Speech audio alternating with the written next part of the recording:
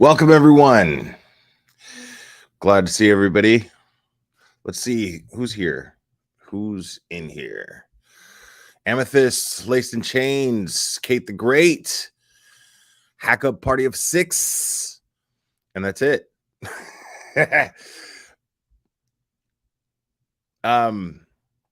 Yeah, so I honestly I don't have any particular topic to talk about tonight.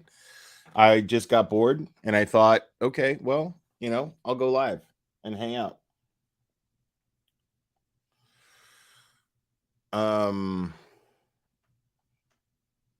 Lori Girl, welcome. Platform Boots, what's up? Safari Dream. Tim, what's up, man?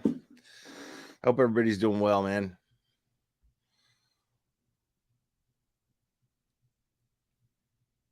I hope you have your adult beverages. I have mine. Cheers.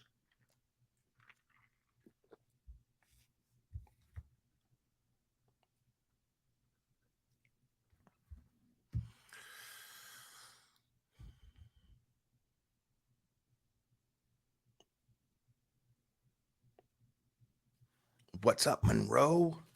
The homies. Hell yeah. The link is it's pinned. So if you want to join me, you're more than welcome to. This is going to be an open panel situation.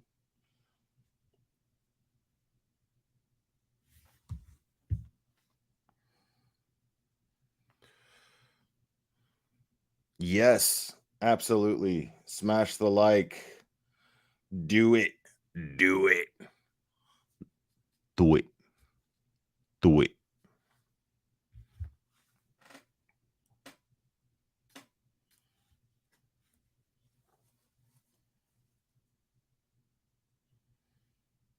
Oh man, I don't even know how much of a show this is going to be. It's probably not going to be much. Like I said, it's Friday night and I got no life, so I thought it would be fun to go live. And just kind of see what happens.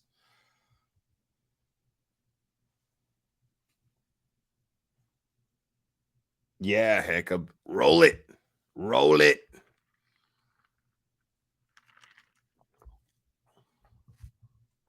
Your comment is pinned? No. Wait, yeah, it is. Hold on. Give me 1 second.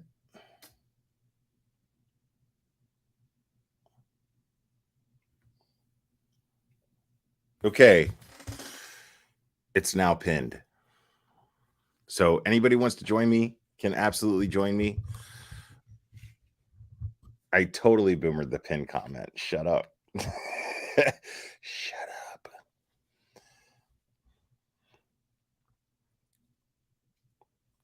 Oh, I hope it doesn't end up like The View. I hope not.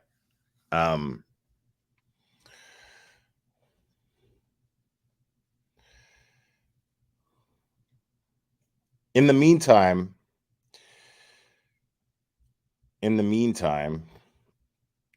let's stream Sherelle. I like Sherelle. I like her a lot, actually. So we're gonna stream Sherelle. Your business. Wow. I was like, okay, look.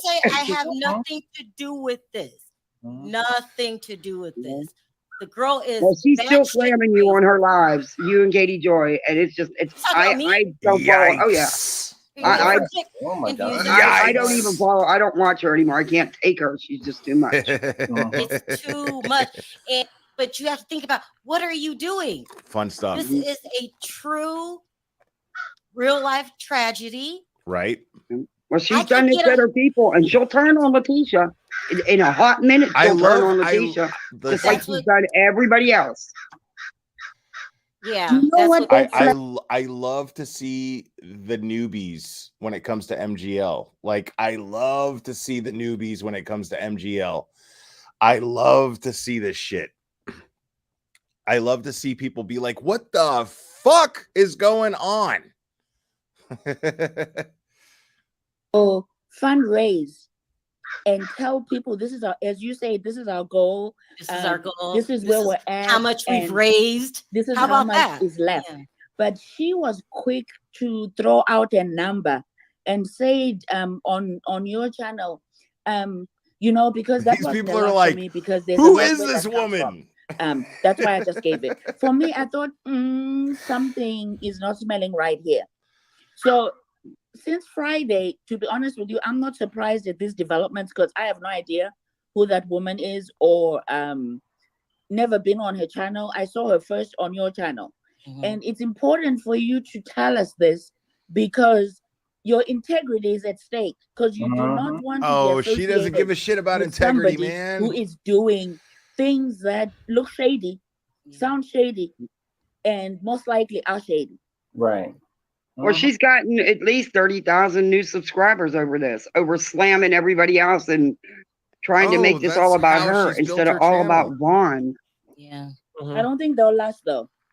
And Sherelle, she could never be on your platform. She will never achieve what you have ever. No, she won't. It's too much. I don't like the chick. She's treating people shady. Listen, I had problems with Katie Joy in the past, and we would go after bickering over this stuff. Is so funny to me. I never tried to impose on her channel.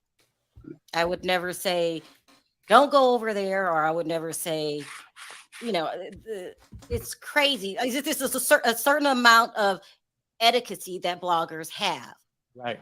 Like you try not to say another person's name. Lori on your girl, and stuff like that. If you have a problem with someone and you're confronting them about what they did, I wouldn't say. Lori girl, let's see. Hopefully Sherelle sends MGL packing. Yeah. I'm counting on it. I'm counting on it.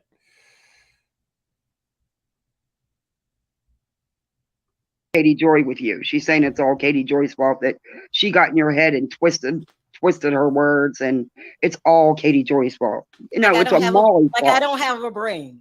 Exactly. Like you didn't send me the text messages lying to me, telling me that it's illegal to show the police reports, and then you go on. It's not illegal to show the police reports. And only read what she wanted to. I mean, like you had to know that it's not illegal to show the police reports, though. You had to know that. It was long. It was 14 pages. 14 pages. Yeah. 14 pages long. And it was some of the worst police work I've ever seen. But wait, okay. Yeah, hold on. It was. But I think that they realize that now because I'm actually going to pause this because I don't want to miss anything. So we'll be a little behind. But let me explain to you guys how police reports work. I'm not of the opinion that this police report was lazily written.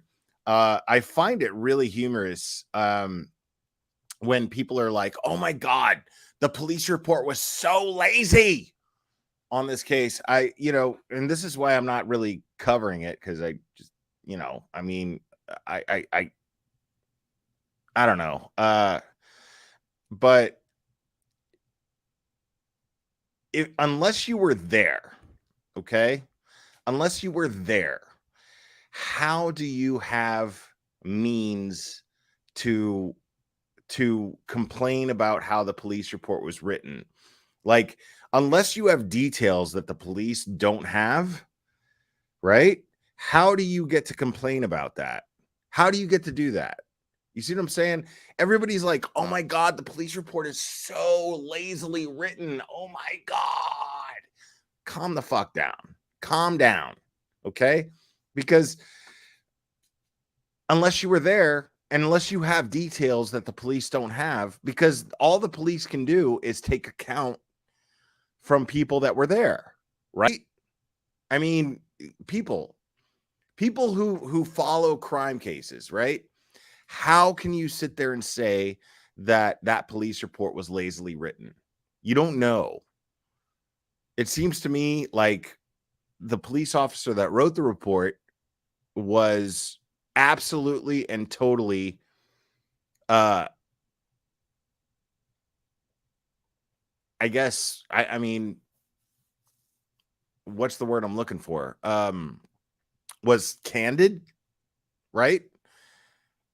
The police officer was candid in how they wrote the report. I mean, and I don't know. I wasn't there. You know what I mean? So I'm not going to sit here and be like, oh my God, the police report did not give enough detail. What detail? You weren't there. How do you know what detail is left out? What are you talking about?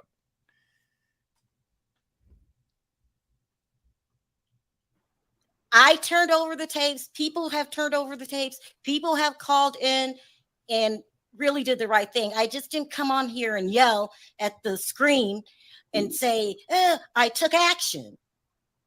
No. I said, something's not right. Something's not right. So when I watched her video, which she did to Summer Wells's dad, I knew that woman was.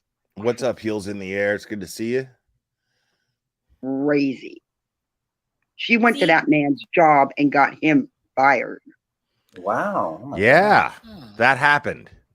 She put out a video about it. She harassed that man and stopped people and his boss, his co-worker. It was awful. She's out of her mind. She is like a lunatic. She's a dangerous woman. A lunatic. I don't understand how she has a channel. I don't understand either. So I'm happy that you did this video. But I want to say this too. I have to because I probably never do. Oh, these people are so new. I'm called into different shows. This. So what happens is when I come over here, you're so talented. I never said it publicly. You really are talented because you're obviously, sweet. Thank you. We all have our personalities, but I think that what you and I and a lot of people people think is that we can be, pretty messy and crazy behind the scenes if we want to. But when you get to YouTube, you're not going to use the language that sometimes other people do, like she does. You mean you're like not going to go crazy? Fuck you can or have shit your opinions, but you don't have to be or messy fuck and out of your mind. It's just ridiculous. Yeah, and she has a bad reputation on the internet for a reason. Yeah. And it takes a while to build it up like that. That's what I'm saying. Who is she? Like literally, what is she? Who is she? Where does she come from? Because I think she's sort of full of her own self-importance. She has a big ego. She's not doing good work, it seems, and she's exploiting victims. That's what it feels like. Oh, yeah, that's exactly what she does. It's just she seems a little. She's exploiting for her own personal gain, her own greed. Let me take a couple more calls. One more thing, and then I'll get off. Yeah, go ahead. Well, I hope your weekend turns around. Oh yeah, and that you can get some rest. And I hope your eye is feeling better. You are so sweet. Perry, rub her feet, give her whatever she needs because she needs to rest. Because Monday we're back, and we're going to be back to talking about some of the other issues. Some of the other issues, but I had to make this video. I had to. I don't want to be associated with Molly Golightly. Real name is Marissa. Foolery. I don't want any part of the foolery. Yikes. So thank you. I love you guys. I mean, but she's all right. Yeah. Thank you guys. Have a good night. Take care, Bonji. Love you. Love you guys too. Thank you for calling in, Kathy, and speaking your mind. You're not the only one who feels this way. It's crazy. Thank you so much. That is. Thank you. Mel, I always love you. I'm down with you, Thank you, Miss Sherelle. Have a wonderful weekend. Forget about that crazy lunatic and just, keep it moving. Yeah. That's it. She's nobody. She's absolutely nobody. Okay. Thank you. All right. I wanted to address this before I bring you guys up. Sherelle, you don't need Diva. You started this channel. Say your now, guys, mind you, the link to the stream. This is an open panel tonight. So you can join me if you want. The link is pinned, so just a reminder. From your heart. No disrespect to Diva. No. What I meant by that is I needed Diva as a nurse to explain what no brain activity means. They said that there was a grin and that they they felt that he knew that she was there. And I'm being told that you could still have muscle. Yes. Okay. Now I laughed because I thought she was referring to Molly about lack of brain activity because I thought that was funny. But the truth is what she's referring to is this Devon person. and he is in a coma and he's lacking brain activity. And so, yes, he's going to have muscle movement and things like that. And yes, there is a difference between, and I'm not a doctor. I don't really know, but there's, you know, there's, from what I understand, people that are dealing with a loved one that are in a coma, they're going to twitch or they're going to move their fingers or whatnot.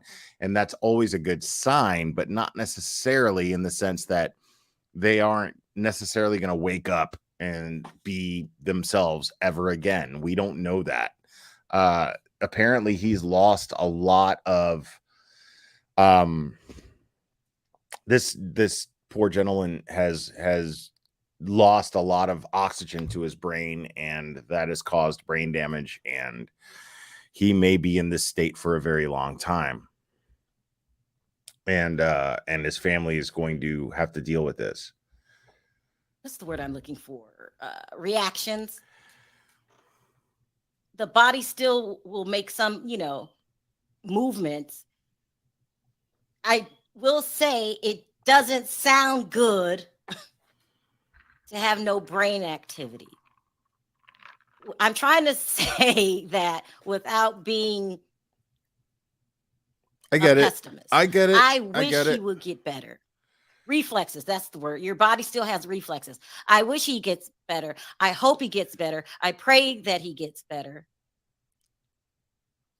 But if I looked at it from a medical standpoint of view, it just doesn't look good. Let me take some more calls. Hi, is it Ro? Yes, it's Ro. Is that your picture? Yes. You are beautiful. Thank you. Go sound off. I'm so glad you picked this up because I was part of a makeup group that Dre was part of. She was also my upline when I sold Paparazzi. She's crazy. I think, okay, when we were in the makeup group, like they can't she stop was talking always about focused on MGL. dieting. What's ironic is she loves this vegan shit. thing came up, it was about keto. She turned everybody into doing this keto. It was crazy. And now, and I'm vegan, so I don't want anybody to think being vegan or alkaline vegan is bad. It's just not, that it's the way that bad. you do it. Okay. And it's not bad to be vegan unless you're cherry, just so you know. Totally. I think she has a mental problem. We always used to think that she was a hypochondriac with her children. We were nervous for the children for many years. She talked so badly about her ex-husband, and we were like, what? Something's not connecting. And I believe because she is not doing the vegan properly, her mental illness is now exploited even further, So I try not to say anything bad because I'm all about mental health. And I think listen, Cherry, cheese is goodness. That's all it is. It's just goodness. Okay? You add cheese to anything that you're eating, and it's fucking delicious. I promise. Okay? We don't know exactly what happened, but we have to pray also that she gets the help that she needs before she hurts anyone else or before she hurts her children. But again, I'm so glad that you picked it up because the rhetoric on the other channels, it's going to overshadow what's really going on. And I pray for Vaughn so much because he's such a nice guy. And so you knew Vaughn? I knew her. I knew him through her. Yeah. And if you picked up on something's not right with Drea, he had to pick up on it. I mean, we don't know what went through his head, but what do you think? Well, I'm gonna tell you this. I believe she's also a narcissist. Okay. And if you're in a relationship with a narcissist, it can make you feel like you're crazy. Like what's going on is not Gotcha. really happening. Gotcha. Okay, Gotcha. So let I me think he was let caught up me in that. interject She's an here older woman. because I like I said, I looked at this case. I looked at this Dre person's shit. Sorry, my frustration is a little overwhelming, but I looked at it and I see an asshole. Okay, I'm not even trying to sugarcoat it. I see a fucking asshole, but I'm not seeing The any woman. evidence that this. She's older than him. You know, he's being father to 3 children. Is, you know, I'm not seeing any evidence that this woman actually did anything to this dude other than just be maybe somewhat abusive during their relationship. But the situation currently, right? Why he's in a coma. Did she commit a crime? I don't think so. She hasn't been charged with a crime.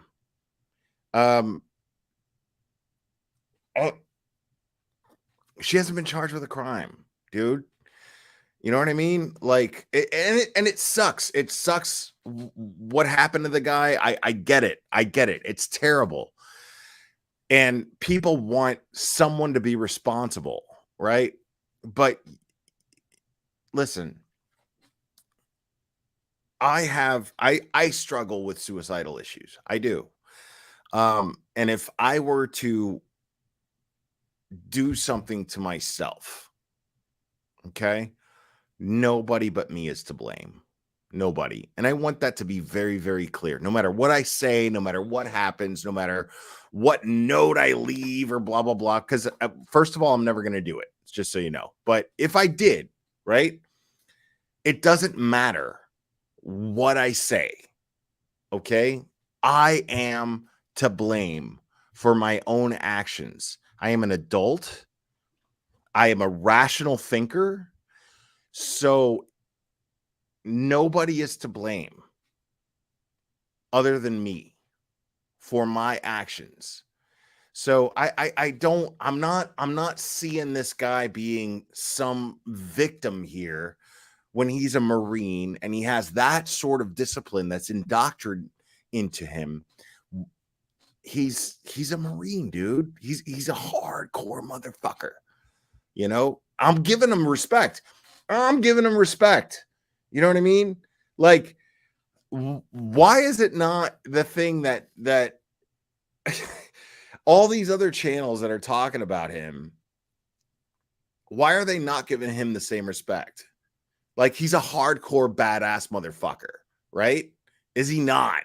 He's trained to be a hardcore badass motherfucker. So why is it a woman, you know, this tall, why is she being blamed for him hanging himself somehow? Like, he could just fucking go. Just, dude, go. Just go. You know, just walk the fuck out. Right? And I'm not trying to be shitty about it, man. You know, I'm not trying to be mean. I'm really not. Like, I'm not trying to be insensitive.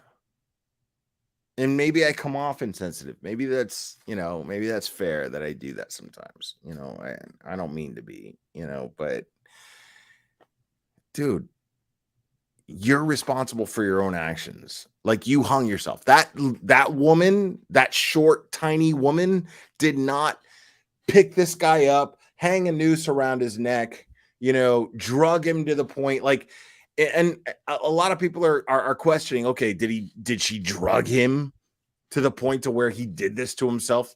Bullshit. Like, I'm perfectly aware of the difference between my sober mind and my drugged mind. I recreationally take drugs from time to time. I recreationally take hallucinogens from time to time. I recreationally smoke weed. I love to smoke weed. Right? But I mean, am I, you know, do I get to blame somebody for it? No. Because I know the difference between when I'm sober and when I'm not. And if I'm a fucking Marine, I know the difference between being sober and not being sober. I know the difference. So that's all I'm saying. The evidence does not dictate that this person is in the position that he's in today because somebody put him in that position. The evidence does not dictate this.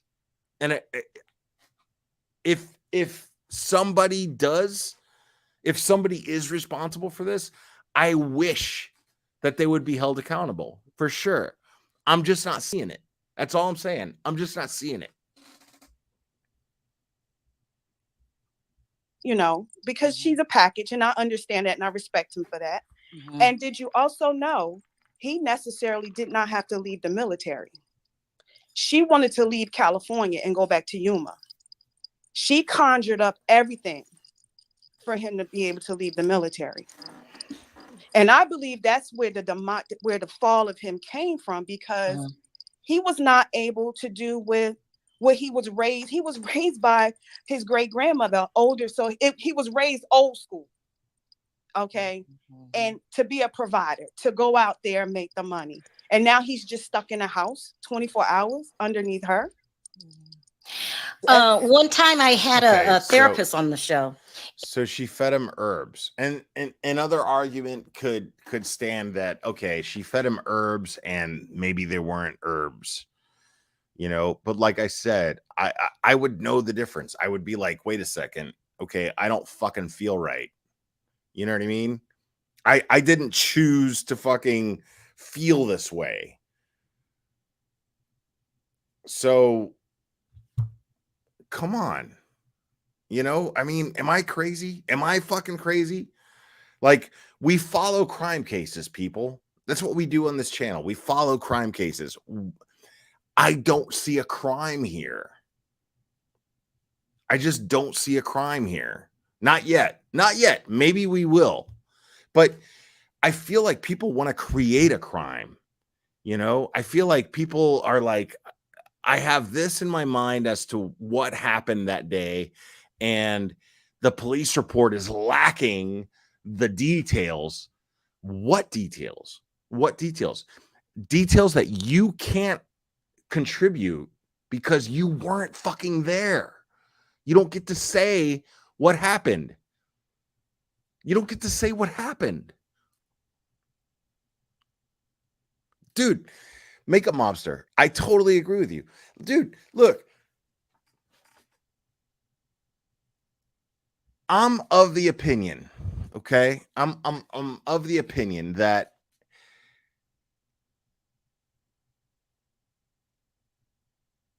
this has gotten completely and totally blown out of proportion. And you guys are going to get really mad at me for saying what I'm about to say. I'm not glad that the guy is in a coma. I'm not glad. But I am glad that he is not awake to deal with this shit. If he's there's somebody close to me that I really care about a lot who happens to be epileptic. Apparently he's epileptic. I'm glad that he's not having to deal with the stress, because epilepsy is absolutely, epilepsy is absolutely stress induced, right? I'm so glad that this poor guy does not have to deal with this shit that's going on. There's a circus now about his coma. And why? Because his fucking wife loves to fucking blast shit all over Facebook and God knows what, right? But like, you have to cut the fat out and just boil it down to one simple thing. And the one simple thing is there's no evidence. There's no evidence to dictate that this dude did anything, or his wife did anything other than maybe stress the guy out and induce his epileptic seizures that she used for content. I'm not denying she did that. She absolutely did that. But is she responsible for his suicide? No. Dude, get the fuck out. Like, you got kids and you're a father, get the fuck out of that situation. Period. Get the fuck out. Leave. Stand up and leave. That's what you do. And then you hire lawyers because you're a fucking Marine. You hire lawyers. You do what you got to do. If my broke ass can hire a fucking lawyer to keep my kids safe from an abusive environment, why can't this guy? See what I'm saying? And this is not a race thing. It has nothing to do with race. You know, you just fucking deal with the situation. You deal. And as somebody who struggles with suicidal thoughts all the time, and I mean all the fucking time, right? And I'm never going to do it. I promise you guys, I'm never actually going to do it. But I struggle with it because I struggle with depression and I struggle with anxiety. This is fact. Okay? But I am logical. I understand that no, it's not an option. I think about the people that I'm going to affect if this happens. So to me, this gentleman who has been through horrible things, the fact that he's been through horrible things, I acknowledge. The fact that he's been through a horrible marriage, I acknowledge. The fact that he's had a tough life, the fact that he's a Marine, the fact that he's maybe seen combat and that's affected him, I acknowledge all of that. But at the end of the day, it's on him. It's on him. Now, should she get hers? Karma speaking? Sure. Sure. She sucks. This woman sucks. Nobody's denying that this woman doesn't suck. Nobody's saying that she doesn't suck. I'm saying he is responsible for his own actions. You cannot blame her for this dude deciding to make this decision and hang himself from the garage. And then when you write a police report, all you're doing is okay, well, here's the situation, and I'm going to ask anybody what happened. And they did. They asked her what happened.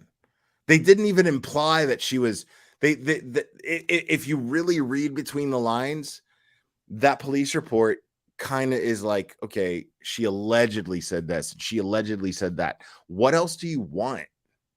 What else do you want?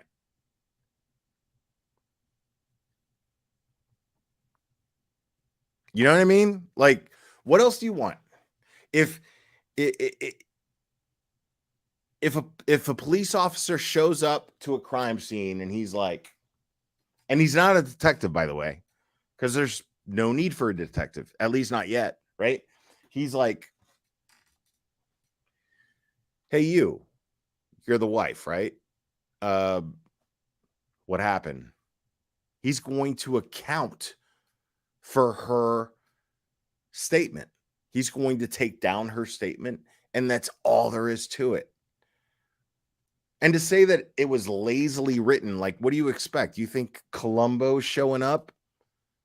You know what I mean? Like, you think Detective Crockett is showing up to this clearly an attempted suicide scene, and he's going to ask all these questions and this is fishy. No, dude. No. Like, look at this. Like, I mean, and I like this creator, by the way. I'm not talking shit about a creator, but dude, Sherelle. And we were talking about Louis from the Real Housewives of New Jersey, and she was talking about narcissism manipulation, Right. and how powerful it is, and how it comes in stages. They love bomb you at first, oh, you're the greatest, you're the best, and then they start psychologically basically playing head games with you. So I very well could see that. Yeah, and the relationship moved very fast. She got pregnant very fast. Mhm. That's a red flag. But if you don't know about narcissism, you won't pick up on it. How's that You're a red thinking, flag, here's this woman, man? this beautiful woman that she loves me, and blah blah blah. So he fell into the trap.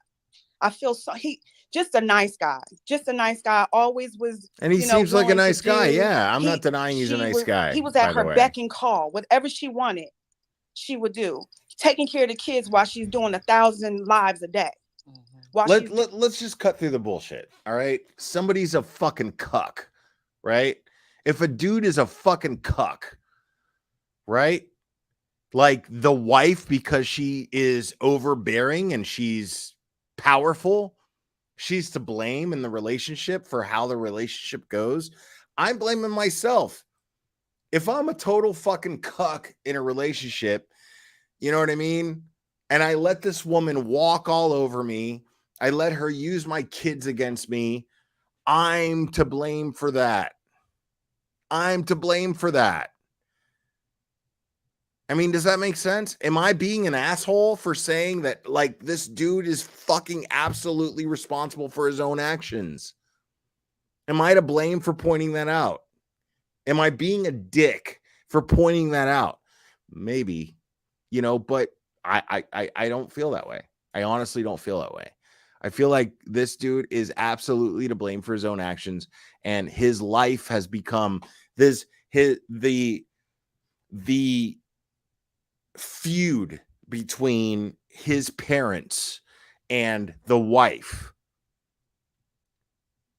has become a circus. That's all this is. Make no mistake. It's not that a crime has been committed. Maybe it has. And maybe an investigation needs to take place. Who knows? What I'm saying is, currently, what we know is that there is merely a feud between the parents of this person who is lying in a coma in a hospital and the wife. They don't like each other. That's all I'm seeing so far. That's all I'm seeing. I'm not seeing anything to dictate contrary to that. I'm not. She's doing her makeup. He's taking care of the kids, and and when she's doing her cooking lives, and then they were cooking. And I remember when his friend came to visit, and then all of a sudden he disappeared too.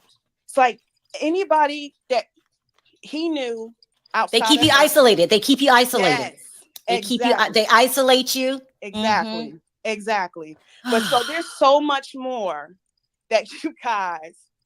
And then she was so nice, because that's a whole. She was nice to me too. So that's why I'll say that her mental illness is taking over her. Yeah. And that K that she's taking. You know what I mean? Yeah. So I pray for her also, but of course, and pray for those kids. Exactly. Thank you for giving me the time, because I wouldn't speak on anyone. I pray for those kids too.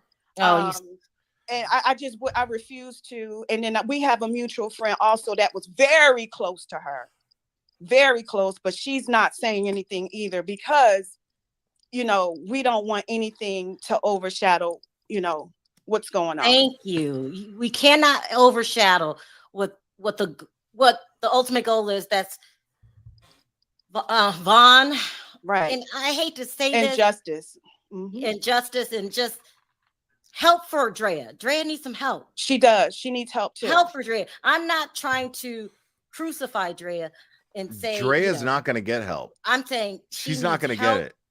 And I'm worried about those children watching those videos. Okay? And I'm not, it's just a mess. But exactly. Watching Drea, she's not going to get help. She doesn't want help. I'm clear on that. This is somebody that when it comes to help, people, you have to understand, you have to actually reach out for it. You have to actually reach out for it. Drea's not the type that's going to reach out for it. I'm not getting that vibe from her at all. Exactly. Thank you for calling in, and we have to pray. And I will say one more thing, because I don't want to be negative, but it just doesn't look good for Vaughn. I'm just saying that. And you not know, only you that, might be breathing on your own, but you have no brain activity. Right. But I also want to say this too, because when Katie Joy, I watched her live the other day. It might have been a repeat yesterday. I don't remember. But I'm so afraid Listen, that anytime other bloggers, when you're telling what's going on, anytime Katie Joy's name is brought up, I laugh. Like I don't see Katie Joy being anything other than a fucking joke. She's hilarious to me. Dre will not give up those kids without a fight. And she has no problem crossing the border. So I was trying to say that in code to the bloggers, like, shut up. Right. If you keep releasing all of this stuff, the things that they don't want you to release, she is this. And maybe Makeup Mobster can answer this better than I can, because I don't know. Somebody made a comment like, because last time I streamed this channel, I made the comment that her hair was beautiful, right? Like, somebody said it was a wig. I don't see that being. I mean, I don't know better. I don't know. Like, I don't care if it's a wig, but I'm saying, like, I don't see that being a wig. Like, if that's a wig, that's really well done, man. That's amazing. That's amazing. That's amazing. Like, that's a beautiful wig. Why the shit is she getting shit for wearing a wig if that's a wig? I don't care if that's a wig. I'm just saying I don't think it's a wig, because I mean, if the idea of wearing a wig is to fool somebody, I'm fooled. That's all I'm saying. This close. Yes. If She she will cross isn't the there border, already, and that's we it. have to stop. You have to stop and let it take its course. What we should be doing is praying for Vaughn. I'm so happy his parents were able to see him. And that's what was bothering most of us above anything. I stand by my statement. Like, her hair is beautiful and she worked hard on it. So fuck you. I'm just saying, if you're giving her shit for her hair, like, don't do that. I'm telling you, I think her hair is gorgeous. And I think she worked very hard on it. And even if it's a wig, she worked hard on making that wig look very presentable, very convincing. Anything. His parents have to see him no matter what. I was in a bad relationship. He disappeared. You know what I did? First thing I did was call his mother to let him know. You let the parents know what's going on, no matter what. You should never hear about things on social media. So we were all praying, like, I hope the parents get to see him, you know, but just everything has to stop, because if she crossed the border, especially over there, you could forget about it. And, you know, she's fluent in Spanish. Exactly. So. Exactly. That's what she's, well, that's, she's I think not that's where her mother's fluent from. in Spanish. Oh, wow. Yeah. All right. So, yeah. Thank all right. you, bro. I appreciate it. Have a good day. And thank you. Take care. This is getting scarier and scarier. Is it Evan? Welcome to Hello? Molly World. Hi. Can you hear me? Yeah, I can hear you good. It's Eva. Well, Evangeline. Oh, I'm sorry. Go. Hi, Eva. Sound off. Girl, that other blogger, I never subscribed to her channel, but I will watch her. You know, I wanted to find out more about what was going on with the story. Mm-hmm. So I will watch. But then I will hear She counts on you to do that. She counts on that. things. Wait a minute, baby. Then I heard things that she was saying about other people. Mm-hmm. It was uncalled for. And then this petty mess that was going on. I mean, I'm like, you taking away from what's going on with Vaughn. Yep. You know, you taking that away. So all this other stuff is irrelevant. Mm-hmm. So I know now, because just yesterday I was watching, like I said, I was watching her. She called someone a skank just because she had her own opinion about what was going on with Vaughn's condition. Wow. That's very disrespectful. Why would you do that? Why would you do that? Exactly. So, go ahead. Go ahead. I'm sorry. And as far as Dre, I can tell you, she is a malignant narcissist. I was married to one. I just got divorced in April. I had to pack up my kids. Oh my God, man. everybody's a fucking narcissist. Like, everybody's a narcissist. And go no contact. We had to move. He does not know where we are. You know, I would say this. You know, a lot of people don't understand narcissism. I didn't. I didn't understand what was going on when I was in it. You know, they make you feel I feel like people use the word narcissism to blame other people for their problems a lot. If I'm being honest. Now, I think that narcissism is a thing for sure, and I see it a lot in crime cases. When we talk about crime cases, it's absolutely relevant for sure. It's absolutely relevant. I'm just like, it's so quick. It's so quick to label somebody a narcissist, especially when you're not a mental health professional. You know, I mean, when you see signs of narcissism, okay, I get it. And do I think that Molly Golightly is a narcissist? Absolutely, I do. But people are so fucking quick to go that route. They're so quick to go that route. And you don't necessarily have enough evidence. Like, I get it. You if you watch Molly Golightly enough, okay, it's fair to like go, I think she's a narcissist. For sure. I think that. Right. Make a mobster. I agree with you. Because you know what? We know her. We have followed her for a long time.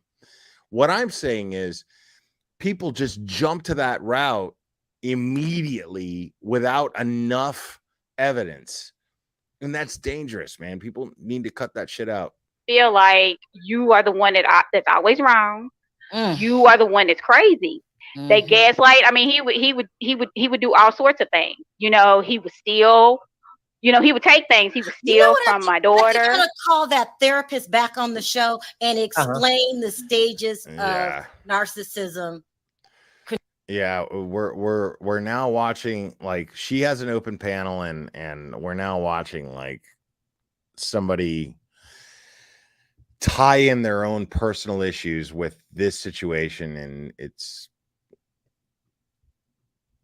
controlling relationships. She gave it a name. I can't even remember the name, but isolating loved ones was one of them. You're describing everything. You know, she's just that's how it was. He started off in the beginning, and things did move a little quick, but we didn't get married until like 2 years into the relationship. But the relationship did go fast. You would swear to, honey, you would swear you with your soulmate. That's how they are. That's how manipulative and they are. You'll swear you with your soulmate and you done met the love of your life, and that's it. But once they get you in, they use it. It's called love bombing. Once they get you in, then that's when their mask starts to fall off. A lot of people. There's a term for every like example of behavior now. There's a term for all of it. Now she's talking about love bombing. And I know love bombing is a thing, but it's like, I don't know. It's just frustrating to me. People say that Dre has changed. Dre has not changed. She's always who she's been, but she did a great job of hiding who she truly is. Like when she would get on her lives, you know, the stuff was concerning that you would see, but it's behind the camera, the stuff that she's not filming that you need to worry about. That point blank period. Wow. And I think that's why the public reacted so strongly to those tapes and what was going on, because it's such a messed up. I might be being a dick here, but why the fuck is this dude? Okay, he's her husband, right? Why is he like not allowed in the same room? You know what I mean? Like, why is he streaming with a green screen in another room in the house? I don't know. Maybe I'm just being a dick. Maybe I that happens. For Vaughn, for the kids, for Drea, she needs some help. She needs some help. And I would tell you now, there's no helping her. there's none. I mean, she's going to have to realize that it's lifetime therapy for her, you know. But the thing is getting her to that point. She don't think she's wrong. She don't think she's wrong in doing whatever she's doing, you know. But it is wrong because they hide a lot of the things that they do, and they always play the victim. And the things that they're doing to you, they'll go out and tell people that you're doing it to them. That's the problem, you know. And you better best believe, you know, she's planting her seeds, you know, just like my ex-husband did. He planted his seeds, made it look like I was the one, you know, who was abusive to him and who would say these. I already knew what he was doing. You know, I stayed with him a total of 12 years. It was 12 years too long. We was married for 10. Let's since she's being so open, right? Since she's being so open about her past marriage or whatever, right? And she's saying that person made me out to be the abusive one. You have to entertain the possibility that maybe she was. There are, I mean, wouldn't a malignant narcissist accuse somebody else of being a malignant narcissist? Wouldn't they? I mean, come on, let's be honest. So we have to always take this with a grain of salt. We never do this in the true crime community. We never do this, but we should. I feel like we should. That's all I'm saying. We have to take everything that people say with a grain of salt. Yeah. You know, and I thank God for the pandemic, because that's what truly made me realize what type of, you know, we had to go. We had to go. And the things that I found, you know, he made me believe like he was always the victim and he was always being abusive, being abused by his exes. No, honey, the things that I found out, you would never believe. And I'll just tell you this, it involves a baby's death. And I honestly think that our oldest dog that we had, I know she was sick, but she was an older dog. I think he done something to her. Things like that. Things like that. Yeah. And they slick with it, honey. They slick with it. They'll make you think that you're the crazy one. And they out here telling people that you are the crazy one. I'm glad you're talking about it, because I heard a lot of people say, I don't feel sorry for Vaughn. He could have, he didn't have to take all that stuff. But it's deeper than that. It's deeper than that. It's very deeper than that. And, you know, they put Vaughn, I'm just going to say this, you know, there are a lot of black men that, you know, disrespect. And I know it's coming from a lot of black women, you know, and I'm honest, I do think that's the case, you know, I think there's a lot of black men that hate black women, you know, but in this case here, I've never seen any evidence that Vaughn has disrespected any black women. I think he just got caught up. She said what she did was she said it. You know, if you watch her video, she said it. Period. She trapped him. She literally preyed on him. You know, and at first, Vaughn, because there is evidence of arguing. There's evidence of domestic violence. She's gonna try to make it look like he was this animal. The aggressor, right? Yeah. That's what she's doing. I'm telling you, that's what honey, we had to go to court. You know, as soon as we left, I found he still didn't, he didn't know where we were, but I found a restraining order. I want you guys to know something, because I've come to a very unbiased conclusion here. I think that this is just another shitty relationship. That's the conclusion I'm coming to. I don't think that either person necessarily is to blame for what's going on.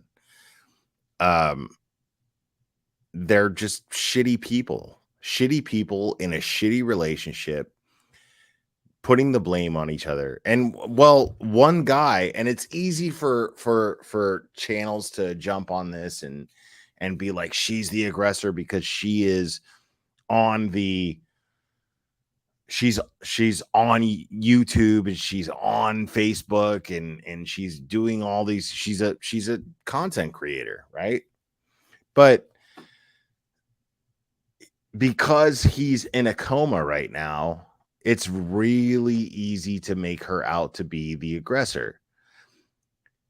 Now, if my significant other is a content creator and she is being overwhelming with her content and making my life personal, I'm gonna just get out. I'm just gonna leave. It's that fucking easy. It's that easy. Just get up and walk the fuck out. People are like, oh no, you can't do that in an abusive relationship, blah blah. Yeah, you can. Yeah, you can. That's how it ends. You get the fuck up and you walk out. Period. It's that easy. Like, I pride myself on having a chat that understands exactly what I'm saying, because I don't think that there's anybody in my chat, especially those who have a wrench, that don't have the strength to just fucking walk out. Even though they know how difficult it may be, you still do it. You still do it.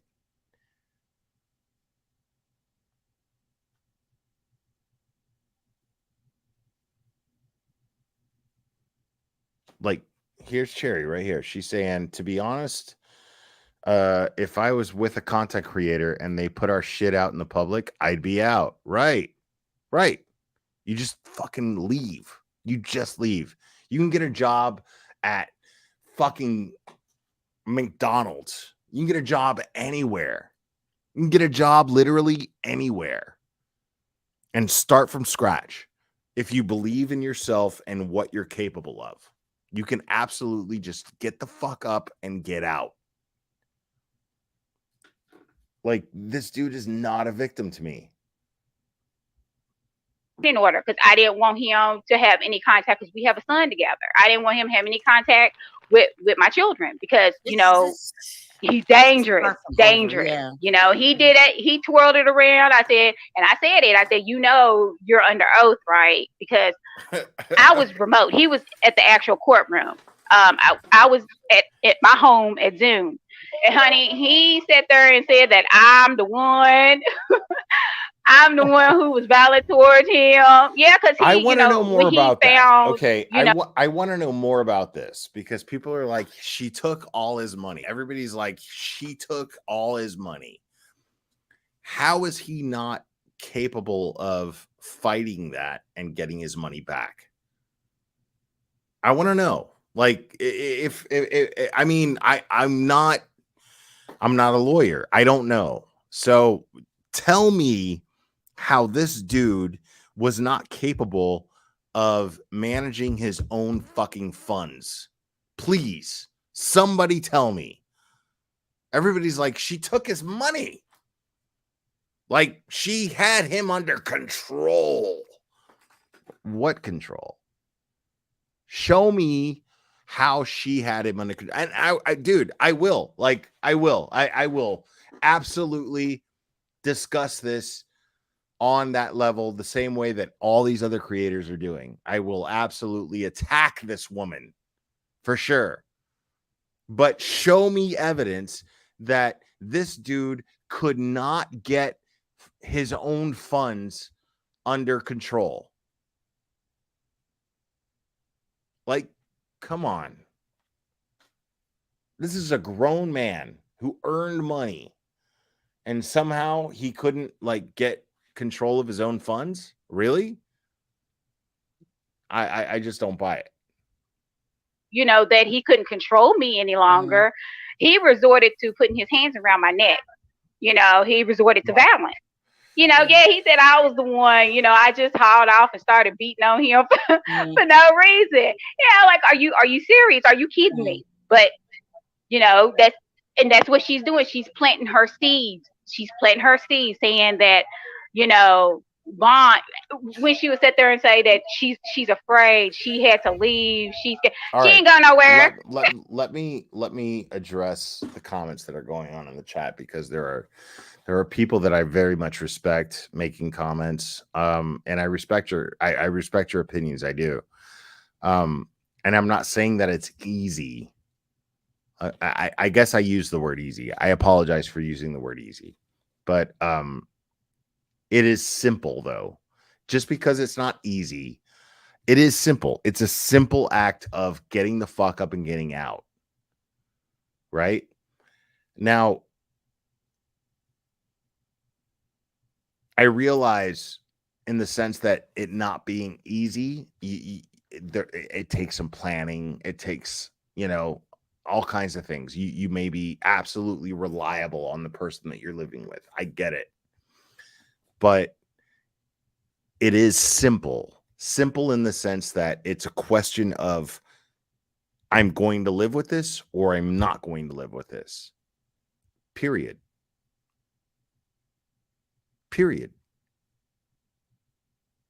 Either I'm going to live with this or I'm not going to live with this. And then you plan. You plan and you make fucking moves. You know the person that you live with. You know them well. I promise you that if you can fucking take a punch, you're a badass. And you're looking at me like right now, like you're going, what the fuck, Lara? How the fuck dare you say that? Dude, if you can take a punch, you can plan and you can get the fuck out. And if you're a parent, you can plan to make sure that your kids are safe. You can do this. I promise you, you can. If you're in a shitty situation right now, you can actually plan and get the fuck out of that situation. You can absolutely do that. I promise you. I promise. I will bet my balls on it. You can do that. And if I can personally do anything to help you get out of it, I will. But you won't like it. A lot of you won't like it because I'm going to be like, this is what it takes. You have to do this. You have to do that. I have to do something. So it boils down to you living with a choice. Do you want to live in that situation or not?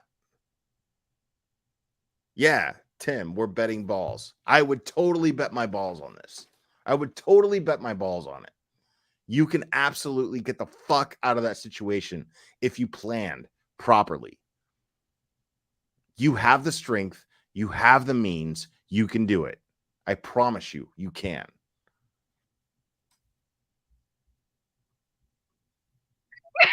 She not legal. She was too busy worried about what Vaughn was doing. She ain't go nowhere. She was just planting her seed. She didn't leave to go nowhere. She's too busy stalking him. Yeah. So, all right. I would pray.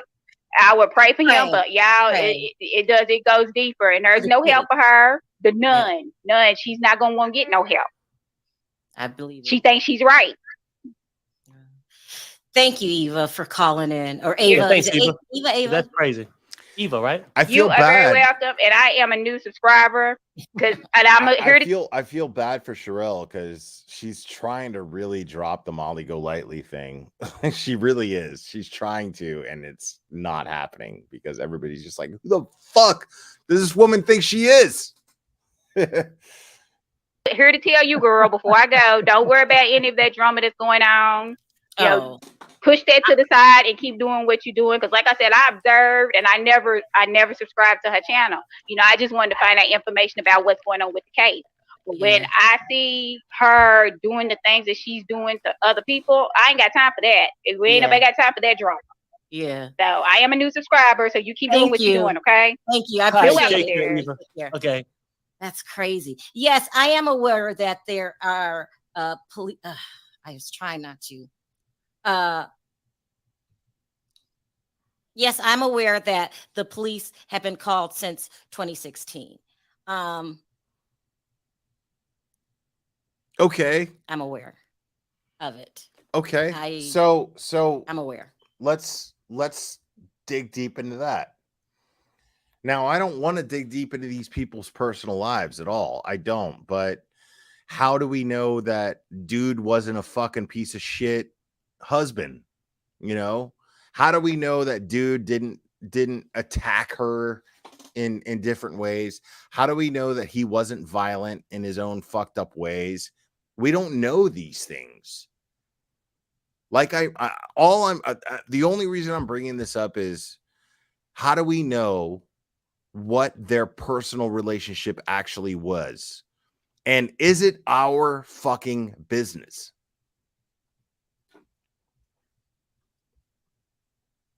I don't think it's the smartest thing to do. Hi, is it Nikki Lynn? Oh, you're on mute. Mute. Yeah, you gotta unmute. Yes, it is. I'm a new subscriber, and I Hi. just learned of the case today at work. Oh my.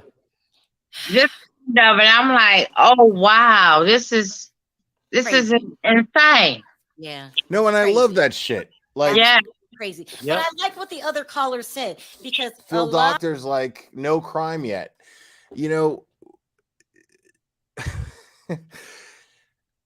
I mean, it's people are real quick to go, well, no, well, there's never been a police report on him, so there's no crime, right? But I mean, is there a crime in her name? Is she someone who committed a crime at some point? I'm saying we don't fucking know what their personal life is like. We have no idea. We have kind of an idea based on her content, but we don't know if she's just putting on an act for her content. Everybody's like, she loves knives. I see her with knives. I get it. But did anybody get cut? Show me something where somebody got cut, right? And everybody's like, she loves knives. See what I'm saying? Like, people are so quick to be like, she loves knives. She's a psycho because she loves knives. Okay, I get it. I've seen it. I've seen the videos. But show me a police report where somebody got cut.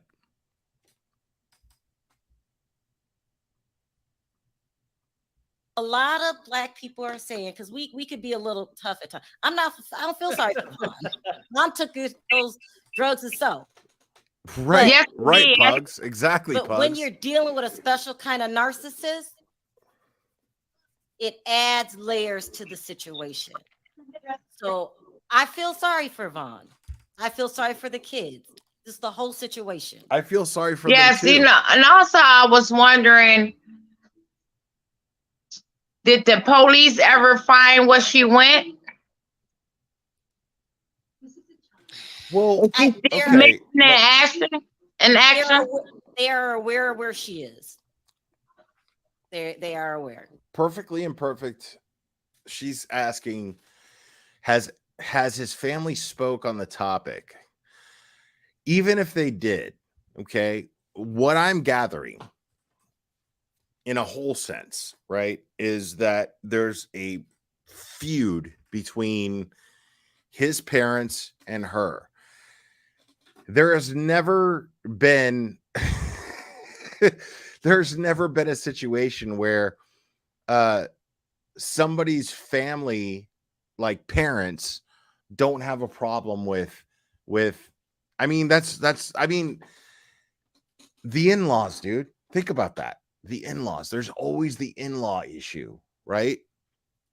Like, seriously, like, if you're married, if you're in my chat and you're married to somebody, you don't have some sort of feud with your in-laws, like some sort of, like, I mean, chances are there's a mother who is overbearing and she won't let go of her son, and you're the wife and you're just like, I'm the wife now, like you know, cut the umbilical cord. What the fuck are you doing?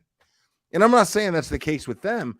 I'm saying, because it's so common, why is this not being a factor right now? Why is this not being considered a factor? I mean, seriously, you know? And everybody's like, oh my God, the parents.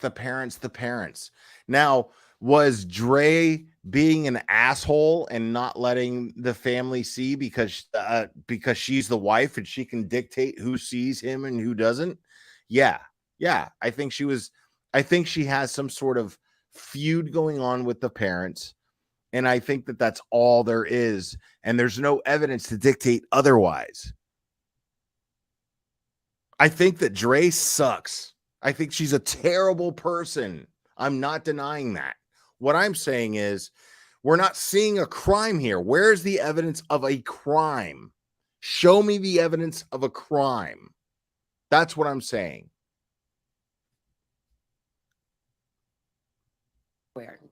So, yeah, I think they're aware.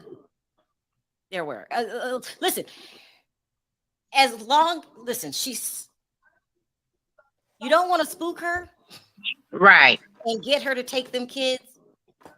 Oh my God. Arizona's already close to the border. Mm-hmm. She's fluent in Spanish.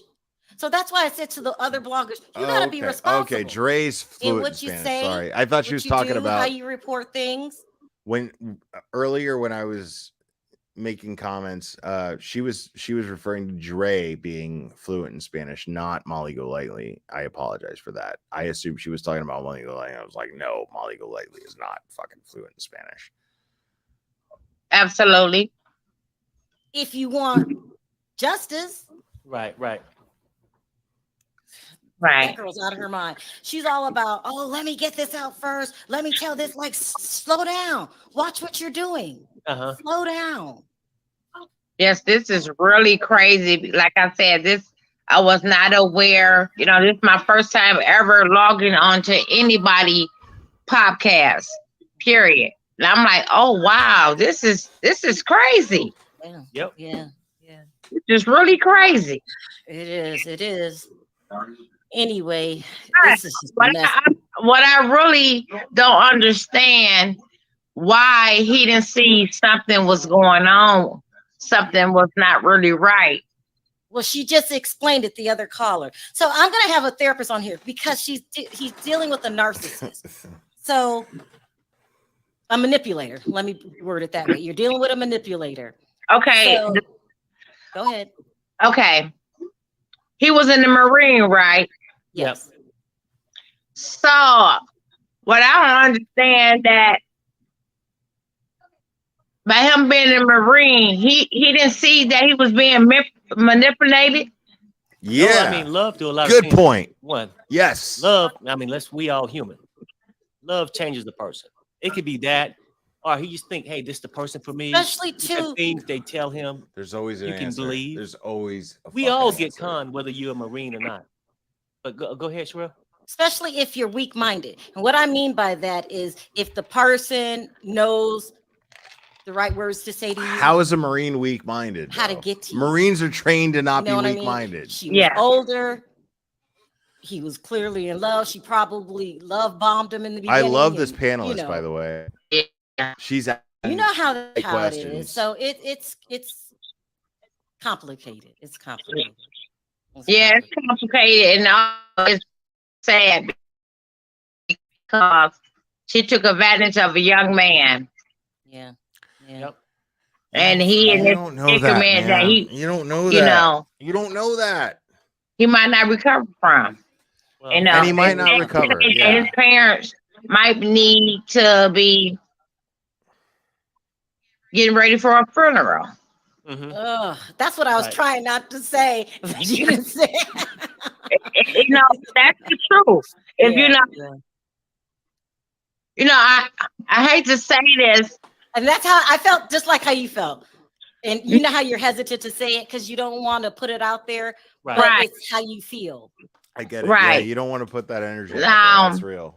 That's real. I agree with that. My father always said if something happened to him, if he brain dead, take him off of life support. That's a hard decision. That's a hard decision to make. Yeah. Right, I agree with that. Well, he's off the ventilator, but he's brain dead. That's what I'm trying to say. He's brain dead. That means, yeah. So it's the same thing.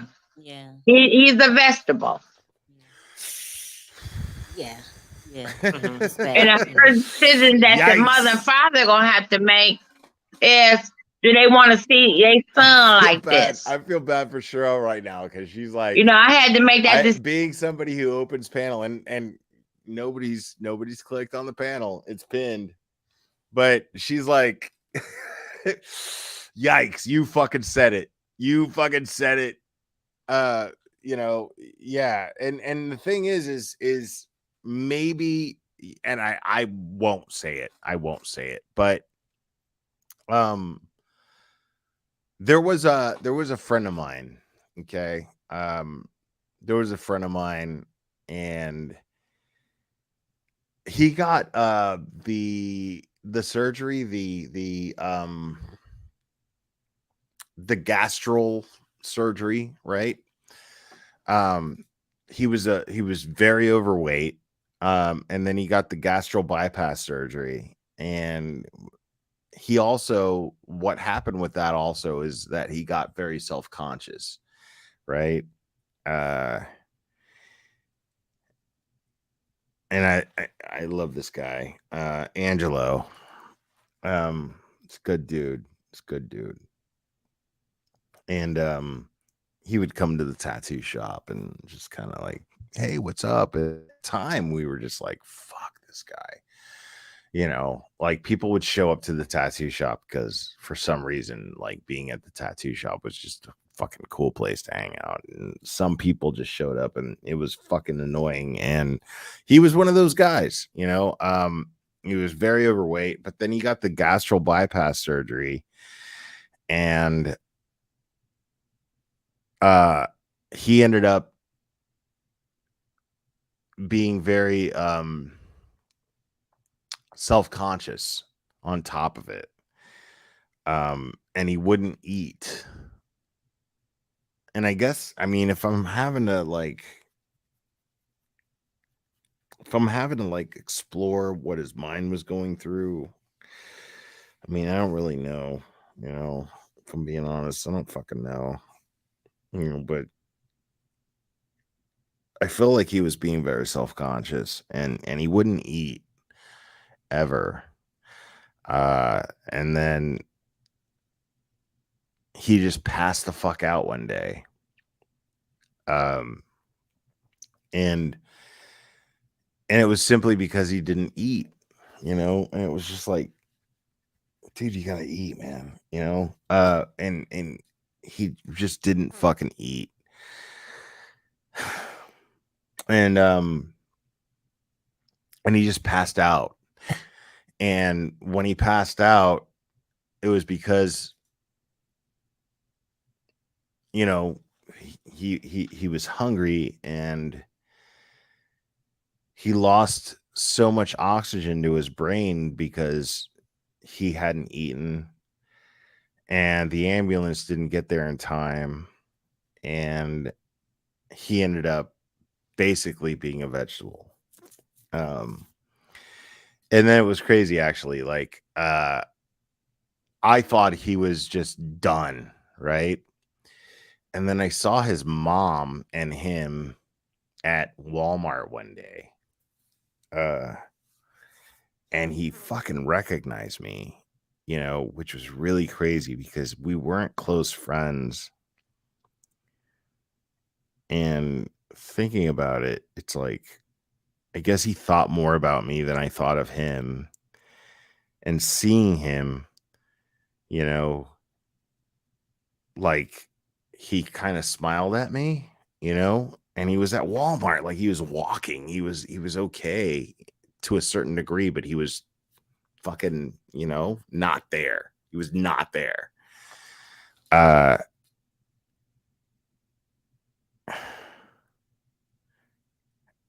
And his mom, because I was like, holy shit, yo, what's up, Angelo? You know what I mean? Like, I was just like, holy shit, what's up, dude? And he smiled, you know, and she was like, his mom was like, you know, he recognizes you. And I was like, what the fuck? how, you know, I was never close to him. And I don't really know what my point is by bringing this up, if I'm being honest. I really don't. I don't know what my point is.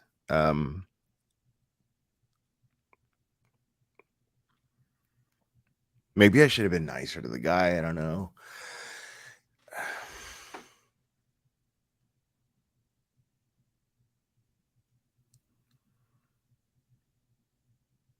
But thinking about Angelo, like, I mean, I guess maybe there's hope, you know, maybe there's hope, you know,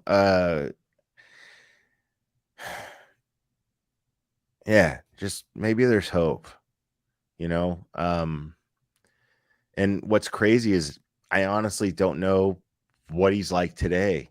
This was like 10 fucking years ago. I don't know what happened to Angelo. I have no idea.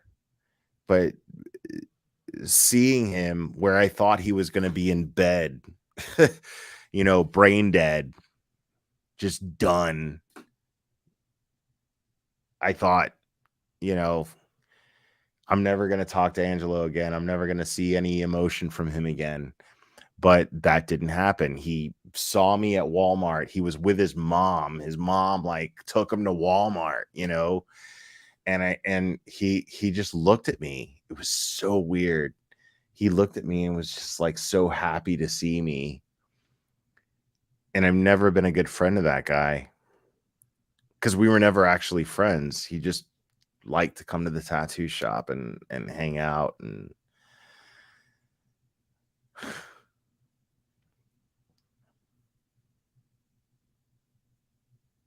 shit. I don't fucking know, man. I'm just thinking out loud, I guess, guys. Sorry about that. But yeah, it's tough. It's tough, man. Like, I think that this person, there's hope for him, you know. I think that there's hope for him, and I think that if he's someone of strong character, he'll pull through. I believe that there's hope for that. So I will continue to have hope for this guy, and I will trash these fucking idiot YouTubers who are making his situation a fucking joke. Jimmy boy, what's up? Oh, god damn it. My headset ain't working. I can't God even hear damn you. it. Hold on. Not you, I can me. hear you, man. Can you hear me? I can hear you. I gotta fix this. Hold on, I'll be right back. Okay. So Jimmy boy may be back.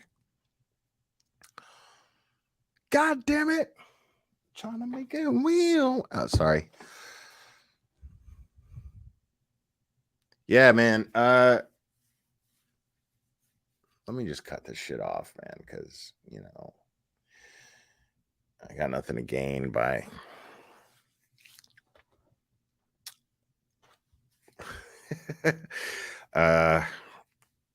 yeah. It's tough, dude. Like, you know,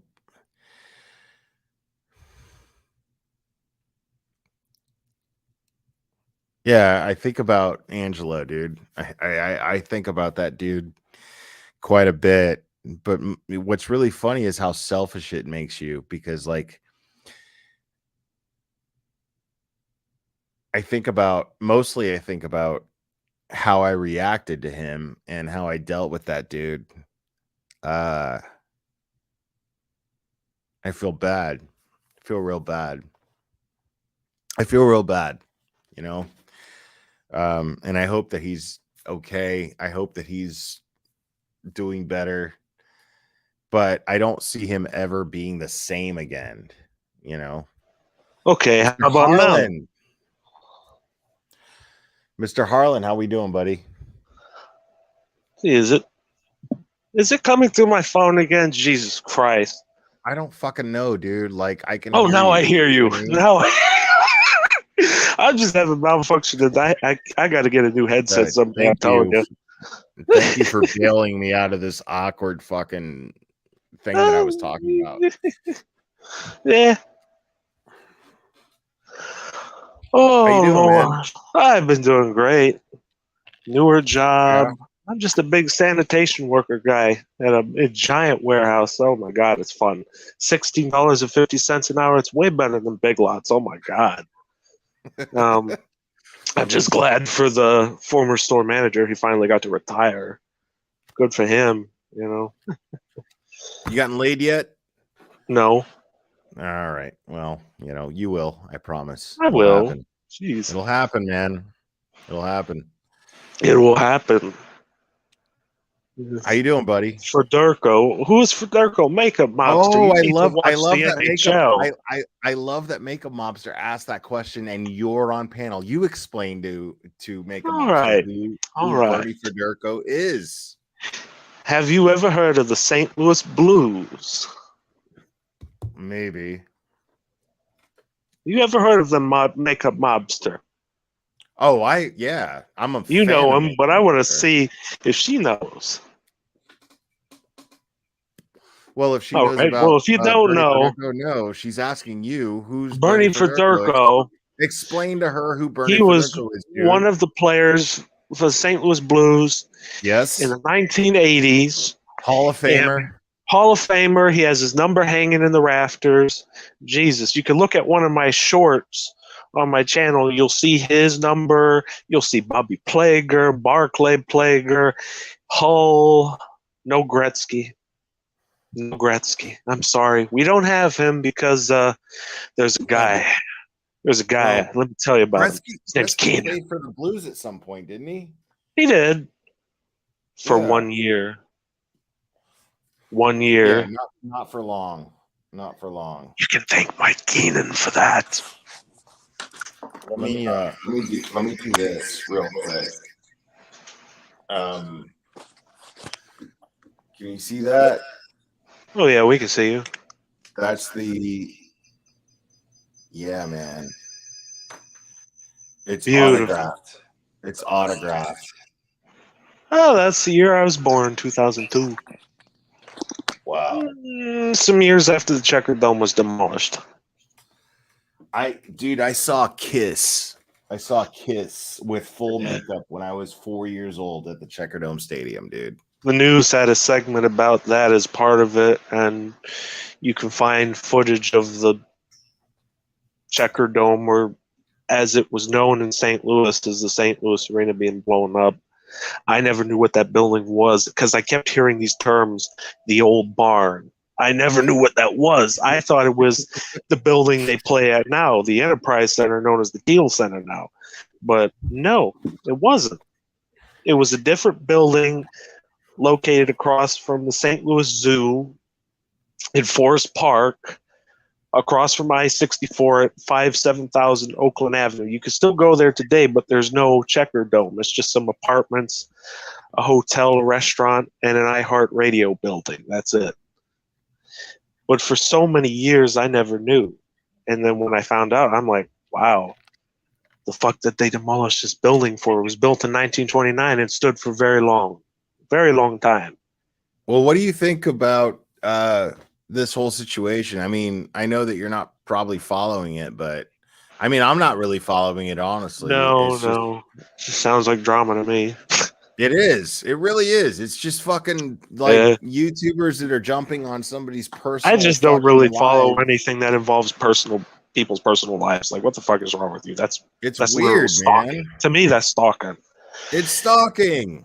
It's absolutely Nassau Coliseum. I never got to go there, but I did see an Islanders game, and I got to tell you, the Barclays Center is hideous. That place is freaking hideous. The scoreboard's misaligned, and when they were playing the organ, it kept cutting out because I guess the sound system's crap. But the Panthers only scored one. Islanders only scored one goal, and the Panthers smoked them. Nobody was cheering, and I was the only person who was doing the woo. You hear over the speakers. Are you going to Cardinals games, man? Cardinals, I haven't been there in a while, a long time. The tickets have gotten expensive. That's why. We can't Why go no have they more gotten ticks and ridges. expensive? What the fuck? I Like, really don't know. wow. Blues games are the same way.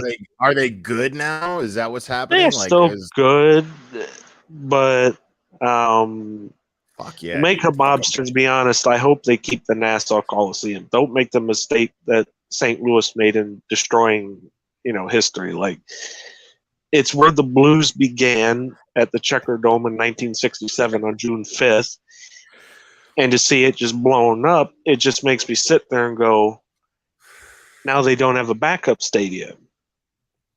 What happens if some nutty motherfucker decides to burn down the Enterprise Center? Where are the Blues playing now? Enterprise Center. Center. Okay. Wow. You probably never heard of the Kiel Center. Never heard of it. Nope. So where Busch Stadium is at, you take one street down, you keep going south from Busch Stadium, you're going to hit a big building. There's a theater, and there used to be this place called the Kiel Auditorium. You probably never heard of that. It's okay. But when they wanted to build this new stadium, this place they called the Kiel Auditorium is where they had basketball. And I'm sure St. Louis had an NBA team at some point, just not Dow. I don't think they did. No. I always wondered why St. Louis never had a fucking NBA team, dude. Oh yeah, they never did, to my knowledge. Avery Shannon, thank you so much. Let me see. Pretty sure I have the most unpopular opinion of the Drayvon situation, but if you want to hear it, not Kegel Center. Well, I mean, the link is in the chat, man. You can come up. Yeah, you come on up. The link is pinned. You can come up. Anybody can come up. Kegel. That's I mean, funny. I got Kiel, Mr. Harlan up here. Kiel. Kiel. All Mr. Harlan's going to talk about is fucking St. Louis. So if you no, not just that, but I remember when the Parkland shooting happened. I remember that. Okay, yeah. So you've been watching the coverage of the Parkland thing. But I remember it as it happened. Really? That was during my sophomore year in high school. Valentine's Day, I just had this feeling something was going to happen, and I came home, and my mother was sitting on the couch, and she looked at her phone and said, school mass shooting in Florida, and we're like, oh, what the hell happened? And then we see it on the news. The next day, I'm never ever going to forget this, but normally the Commons area at St. Charles High, it's loud. Everybody's quiet. It's funny. I just kind of passive aggressively just kind of stopped talking about it because, like, yeah, and it sucks. That has drama into its own. Well, no, it's not about the drama. Not necessarily, yeah. It was just like, I mean, I can cover the trial, and I've been covering the trial except for the last 2 days. The last 2 days, I've just been like, nope. And the reason being is because how much does everybody have to relive what happened? Like, we get it. It happened. There's video footage. Like, it's a question of whether or not. And I've never covered a trial that determines someone's death, and I all we're seeing is prosecution saying, okay, that's all it is. And I can't, I can only do so much, 4 months. Are you kidding me? D-Home EEZ. Come on now. D-Homies. There we go. See, I have trouble pronouncing names. I mean, you can look at a couple of my videos and I completely botch names in the United Kingdom. And it's embarrassing because I'll look at a name of a city and I botch it completely. It's like, oh. Avery Shannon, you're in the house. What's up?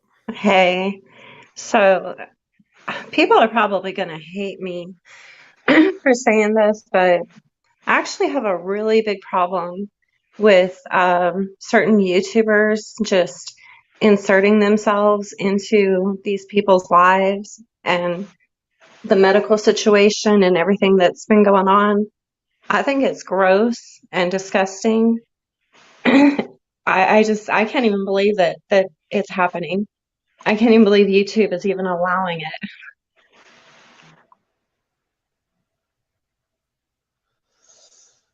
I don't know. I think YouTube needs to update their rules. They need to do something. They need to do something, because to me that's just straight up stalking besides doxing. Well, if I were to put myself in that woman's position, so I think that Andrea is a little cuckoo, I have to admit. Oh, she's crazy. Yeah. But She's crazy as MJL. But I also, I think they're all fucking crazy, dude. Oh, they all are. Yeah. They're all fucking nuts. That's my whole thing. It's like they're all fucking nuts. But I also, at the same time, they're so fucking crazy. I had heard a video, and I don't know when it was recorded or what, but it was Marvon, and he was talking about how he wanted nothing to do with his birth mother and his reasons why. He was saying that, about her giving him away, about her stealing his identity, opening checking accounts in his name, like all kinds of, I heard this with my own ears. And my thing is if I was a wife and my husband had an injury, and I'm trying to protect him, what if by Molly Golightly and all those people, and I don't know for sure, but what if by getting those parents out there, what if that hurt him more to hear them? Well, yeah, no, and supposedly she's in direct contact with his parents. Mm-hmm. And it's like, okay, well, like, what are you trying to do here? What's the point? Exactly. See, the thing is they don't What's your motive here?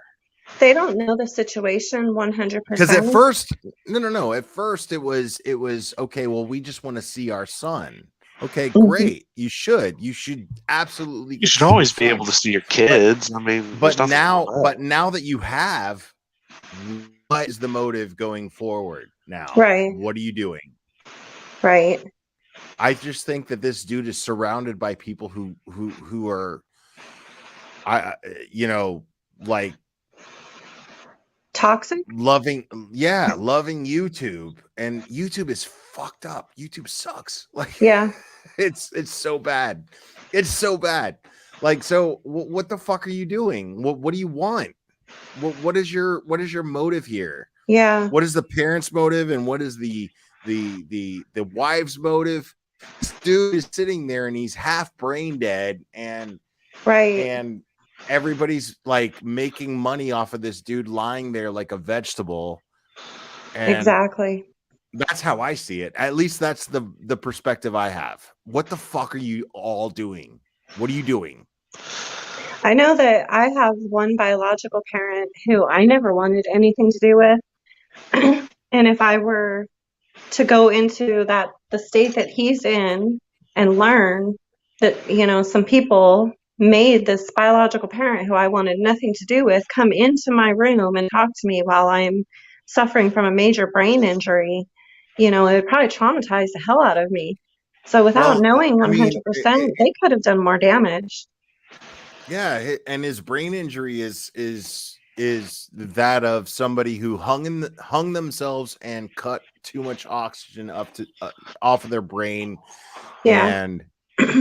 And he's gone so long without oxygen to his brain, so now he's he's brain dead. And it's like, I'm not a doctor and I don't know too much, but if your brain goes too much without oxygen, too much time without oxygen, you're fucked. You're dead. Yeah. I don't want to believe it, but he is. So when I brought up I don't know that friend, for sure, but I just think he is. Now there are miracles, but not when I brought up my friend, I was like, that's the thing is it was a miracle to see him at Walmart that one day. It was a miracle. It was a miracle. Oh yeah. Everybody told me he's done, and then for him to like look at me and smile at me, I was just like, shit. So there is hope. Always, yeah. Loads of hope. There's always hope. If he's breathing on his own, which they've all said he is breathing without a ventilator, some portion of his brain is working. Oh But I yeah. think what it is that he went without oxygen to the brain for so long that if he were to live, he's not going to have any kind of a life. You know, No. he'll be like, Well, and I hate the word but vegetative, but that's how he would be. it's a logical term. I mean, but like everybody, all of these YouTubers are what? They're capitalizing on a dude who may never create that may or not have happened. There's no evidence that there's a crime, and then they're saying that like the police report was lazy and the police didn't do enough, and it's like you're creating shit. Yeah. You're creating shit. Oh yeah, of course they are. Like It's yellow journalism to them. And it's complete bullshit because I lived in Yuma for a long time. I will boil it down to one simple fact. Everybody who's sitting there going, the police report was lazily written. How the fuck do you know it was lazily written? How would you Because even know weren't that? there. Right. You don't have the How in the hell details would you of know the that? How would you know that? How? Are you going How to do you their know? house and interrogating them with a gun up there against their head? No, you're not. From No, what you're I not. How can do you know see, No, I mean, but how you get to criticize a police report being written when you weren't there? If you have the details, I get it. If you have the details and the police did not write a thorough report, okay, I understand. But you don't have the fucking details, do you? You know what I see, mean? I've read You the don't have the report. details. I've read the I read report. the report too. I thought it Yeah. was fine. And it was what 4 different officers who gave their write up. Plus they have body I cam. Yeah, I totally visualize a cop standing there and just simply asking questions. Yeah. Okay. Like I a normal I see this investigation would man. be. Right. I see this man hanging. They brought him down, and so I'm going to ask the people that are involved or there. I'm going to ask them what they saw. That's a police report. Yeah, and the thing is that What the Marvon fuck had a talking about? history of depression. You know, this is not the first time that he had overdosed years ago. He told the children, it's on a video, he told the children that he has depression. He is depressed. I mean, so what can you really do? You know, like how far can an investigation go into somebody who's depressed and tries to unalive themselves? Well, that's what I'm saying here. Like just call me hen is saying I'm reading it on this case. It seems his family accusing her of poisoning him because he won't. But is there a report that he was poisoned? Like it doesn't. Like that's what I'm saying is there's you're wording this saying I'm just reading on this case. It's not a case. It's not a case. Yeah. I don't see there being reports of this being a case. Does that make sense? No, not Yeah. really. I don't see it being a case either. And the way I see it, and this is where I say unpopular opinion, is he's a grown man. His veterans benefits were coming to him in his name. He could have gone down to the bank. He could have changed it over to That's his what own I'm bank saying. Is account. everybody's like she kept his money from him? No. How could she legally keep his money from him? She couldn't. All he would have to do is call a VA representative that's and say, crazy. "My wife is keeping my money from me," and they could have fixed that in 2 seconds. Right. 2 seconds. That's all it takes. How is his money being kept from him? That's crazy to me. Yeah. She kept up in my chat going, she kept his money from him. How? Explain how. That's and exactly if you give right. me a solid explanation, I'll subscribe to it. You know what I mean? I will. But I'm not seeing one solid explanation as to how this person has committed a crime other than making videos where she's wielding knives, and yet nobody. Jesus. And I think that's You know even what I mean? taken, like they're exaggerating that. I mean, she uses the same knife to cut all her vegetables. Yeah, waving it in the air looks a little crazy, but it was Halloween time and they were clearly goofing off. I just get Yeah. so tired of it. They just inserted themselves into such a sensitive situation, and now it's just exploited everywhere. I don't know. I'm angry about it. I mean, I'm not angry about it. That's what's really funny about it is I'm not angry about it. I I'm not going to say I don't care, but sounds all I'm bizarre just at the same time. right. It's just Like, very bizarre is what it is. I've never heard of a situation like this Sorry. before. Like, since when is a Marine in a coma in a vegetative state? I've never heard of that, unless the only time I've ever heard of such a case is during wartime. But it's self-inflicted. There's no evidence to dictate that it's not self-inflicted, is what I'm saying. Of course. It's self-inflicted. I mean, and I feel for the guy and I want him to pull through. And Yeah, if me too. and if somebody accountable for sure, I'm not saying that, but I'm not seeing any evidence so far that somebody else is accountable for this. And even if she drugged him, like, okay, like, well, what would you be drugging him for? Either way, you're not really going to get anything. Well, it sounded to me like, so he was in an accident, when he was in the Marine Corps. He was in a Tomahawk and he wrecked right on the strip, and he had Aircraft carrier? Carrier? Yeah.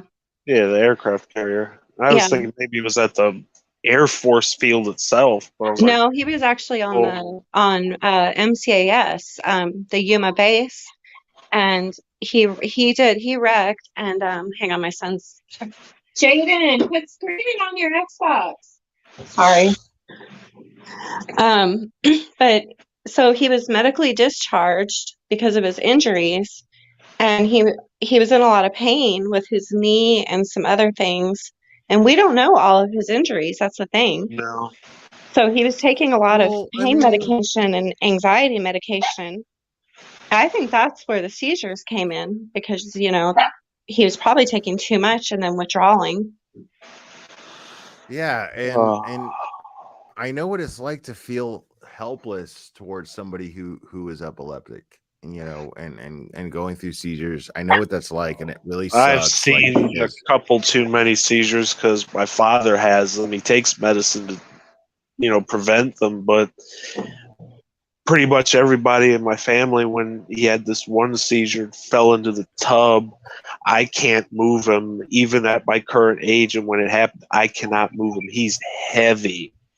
Like, he's taller than him, and yet I can't move him.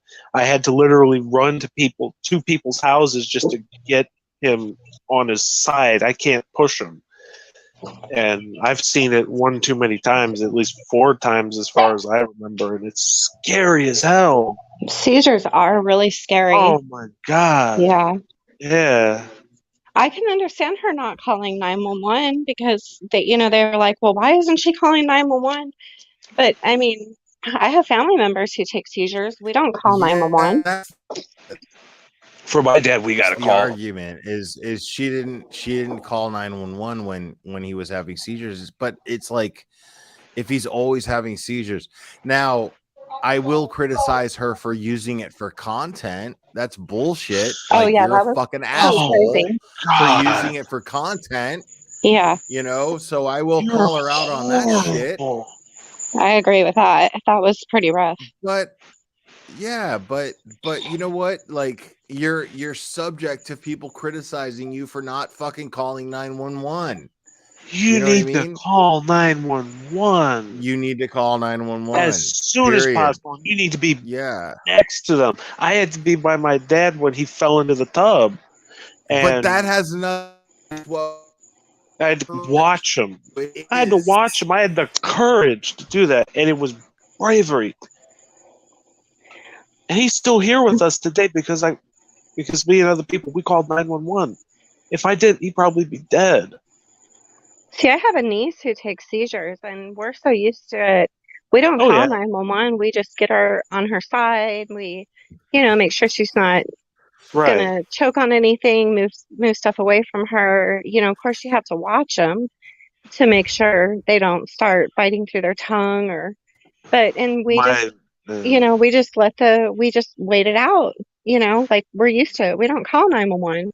The thing for my dad is it lasts more than 5 minutes, and we have to call. Oh yeah, then you do. They're bad. It's something that you live with. Yeah. Oh yeah. Live with just something. He even tells the people when he got his new job, he has to tell the people there, I have these, and if I don't look right and if I fall, why she's streaming it? You like using it for content. It's disgusting. Yeah, that was gross. But I did see something. It's totally gross. I just don't see a crime being taken place. I don't see a crime happening. No. I seen something about him having a prior brain bleed. I had seen that somewhere, and I think that may have been something to do with his accident. So these seizures could have been coming from a multitude of things. Right. I don't know. I get aggravated over the whole thing. See, yeah. I'm just putting it in my own words that if I'm ever in a vegetative state, anybody starts exploiting me, y'all better go jump their asses. Well, I mean, I really like lately, anyway, somebody that in my life that I really care about, and they suffer from seizures, and it's a long distance thing, and I can't help them. I can't be there for them. And the way that they explain it is like, well, it happens. Don't worry about it. I get over it. It happens. Just don't worry about it. And it's like, I feel so helpless because I want, and I've seen people go through seizures. I've seen people have seizures, and I'm like, yeah. And when I think about it, I'm like, well, even then, it's helpless. Even when I felt I'm totally helpless. Hope, that it's fine. It's all you can do. Have you ever seen Crazy. people Fucking crazy. Have you ever seen people who have the seizure? I don't know what they're called, but where they just stare off. They're not shaking or convulsing, but they just stare off, and they're just like not with you for a little bit. I've had my dad do that before, but he'd be fine. But the ones I know is he starts shaking, making noises, so unnatural. And the one time it was bad, both myself, my mother, and everybody in my family believe he may have had a concussion when he fell into the tub because he hit his head really hard and we heard it. It was just me and my sister. My mother was at work, and I hear this loud thud coming from the bathroom, and I fling the door open and I see him in the tub. And I'm like, oh my God. And I had to get help from the neighbors across the street because I couldn't move him. And even then with my back problems, if I try to move him, I might screw up my back just trying to move him. Like, I'm taller than him, and yet he's heavier in terms of weight than me. And that's like the scariest. Like, I cannot move him no matter what. Like, he stiffens up so much, I cannot move him. Yeah, I feel helpless, man. I feel completely like when I was a Grand Mal or something. When I was a think kid, that's what it's called. I think that's what I it is. suffered from seizures. My mom told me that I suffered from seizures, and I remember I had to take Tegretol. Tegretol is the medication that they give you when you're a kid. Well, at least when I was a kid, you had to take it for seizures, and supposedly I just have no memory of them at all. I had no memory What of caused having seizures. your seizures? I have no idea. Maybe stress. Oh, Like wow. I was, you know, I had a lot of problems, but Tegretol. I remember taking the medication for it. I remember my mom. I had to take Ritalin and Tegretol when I was a little kid. Wow. And the Ritalin was for Hyperactivity.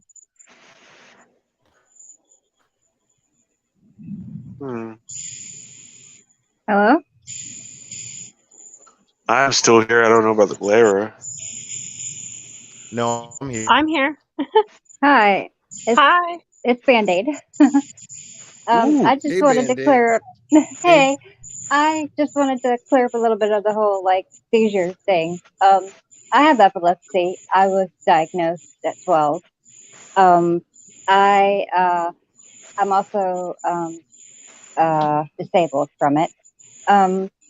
But the kind where you stare off, I have both kinds. The kind where you stare off and the kind where you fall on the ground. What is that called? The ones where you stare The off? kind where you stare off, that's called petite mal. Petite mal, that's Yeah, it. Okay. the petite mal seizure, and that's what I was originally diagnosed with. And those you usually, they're in younger people. They tend to grow out of them by their teens. That's what they thought was with me. And so they took me off of medication in my teenage years when I was 16 years old. And when that happened, that's when I had my first grand mal seizure. And you're so sore afterwards, aren't you? You hurt after Oh, days. yeah. Oh, yeah. I had one just right around a year ago when they tried to take me off of another medication, and they found out they couldn't do that because can you feel a seizure coming? Like, do you have any kind of symptoms? It's like they call it auras, kind of like the same with like migraine, which I have chronic migraine, and with seizures though it's a bit different. Some people they'll have visual things that they'll see, and they will see kind of sort of things that will their vision will change into sort of like they call it the Alice in Wonderland effect. Oh yeah, I've heard And that. things will look very distorted and colors will be different. Other people, their hearing.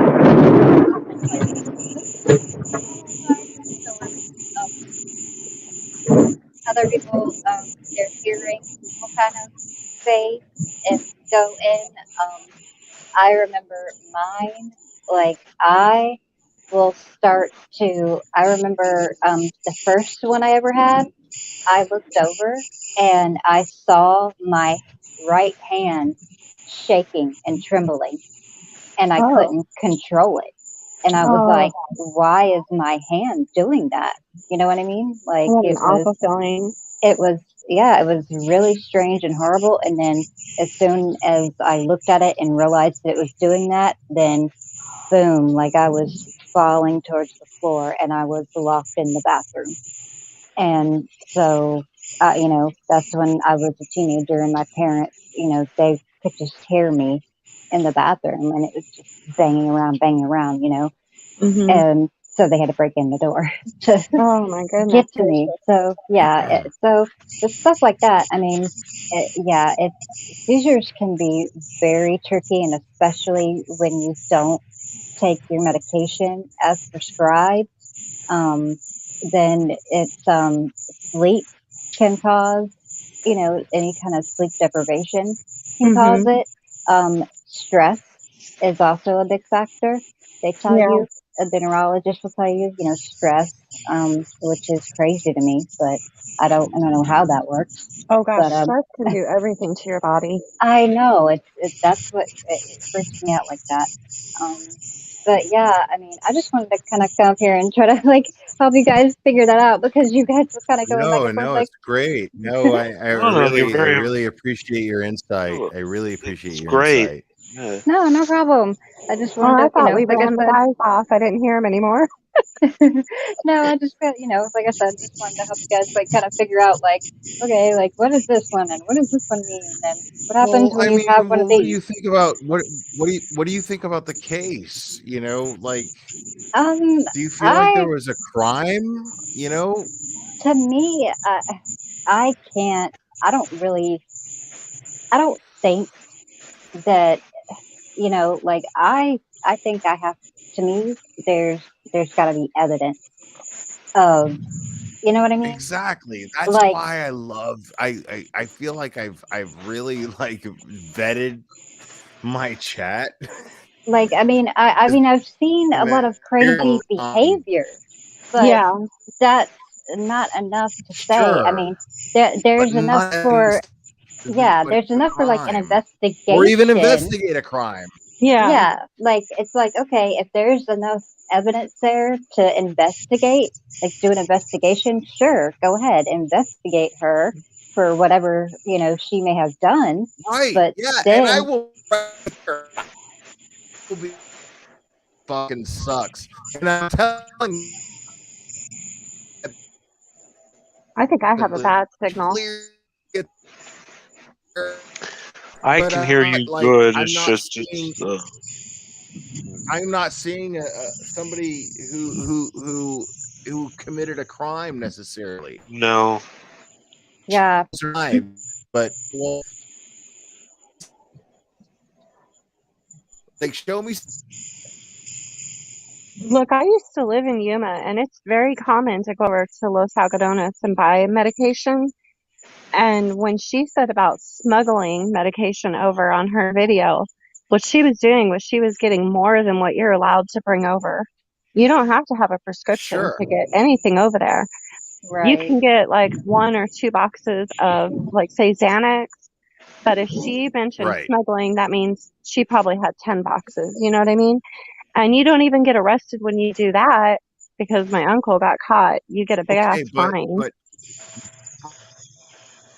yeah, if you saw this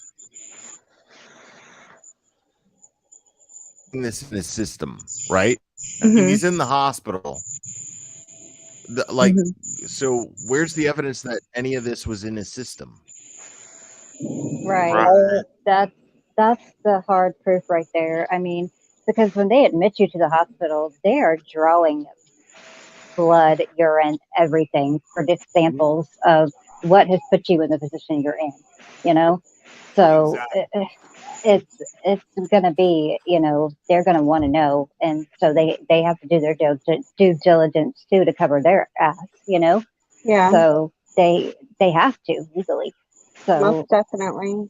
if they don't, it's going to come back on them. So if that, like what's proving that he's So got annoying. any of this crazy stuff that everybody's saying, like, oh, she gave him this, she gave him that. And I mean, we saw stuff on the videos, but then like, was it really enough to cause, Well, like, the Yeah, biggest exactly. question Like, I've what did had. she give them? Where's the evidence that she gave them any of this shit? You know what I mean? Like, I of her like spoon feeding him certain things, and she took pride in it. Why would she like purposely? You know what I mean? Like, why would she create evidence of her slowly drugging this guy to kill him? That Right? makes Yeah. literally no sense. Why would you want to just make evidence Right. of killing your husband? yeah, That makes the prosecution in a freaking trial go, you admit to it. Especially the jury. You admit to it. Right And there. Making your own evidence. don't just say, okay, well, on the side of your mouth, okay, well, she did this, you know, and she's this horrible person, blah, blah, blah, blah, blah. But on the side of your mouth, she's too stupid to actually, she's that stupid to where she creates the evidence for herself. What I want to know You know is what I mean? why he The wasn't evidence on an against herself. anti-seizure medication. Right. Yeah. Yeah. Because I get upset about that too, because there's somebody in my life that I really care about that's not on, you know, and I feel like it's Tegretol, you know, that's the Yeah, I was medication. given that before, and I couldn't take it. I was allergic. Why not? Tell me why. It caused an allergic reaction in me. Oh, okay. Okay. Yeah, that was just one of them that my body couldn't handle for some Haven't weird you guys reason. wondered that though? Like she mentions, you know, Xanax and Ativan, but she's never mentioned an anti-seizure medication. I've heard Keppra mentioned. Oh, you did? Okay. Yes, and that is an anti-seizure. And so I'll be did right he back, not guys. take it? I'll be right back. Okay. Yeah, like something about he had taken it or he was taking it for a little while and then stopped. And I don't know why. I don't know if that was because she didn't want him taking it. You know, like I can't speak to that, like why he didn't take it anymore. Probably trying something of like more of a holistic Yeah, approach. that's what I was thinking, that it was because they wanted to do the holistic thing. But you know, I mean, I do know, you know, obviously if you mix something like a seizure medication and something like that, you know, the kratom stuff, that is very scary. You know, that can cause seizures right away, you know. So In general, usually you never ever want to mix medication. no, you really don't. My So, mother told me that it's like you never want to do that, and I've made sure never to do that. Whenever I'm sick, I make sure never to mix medication. I've always been weary of that. I've always known to never do that. yeah, and especially people that. Oh, I'm sorry. Go ahead.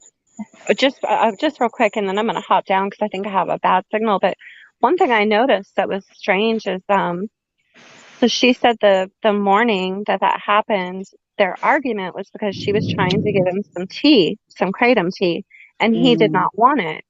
But then she also said that when he was admitted into the hospital, he had high levels of kratom in his body. So that did confuse me a little bit. Right.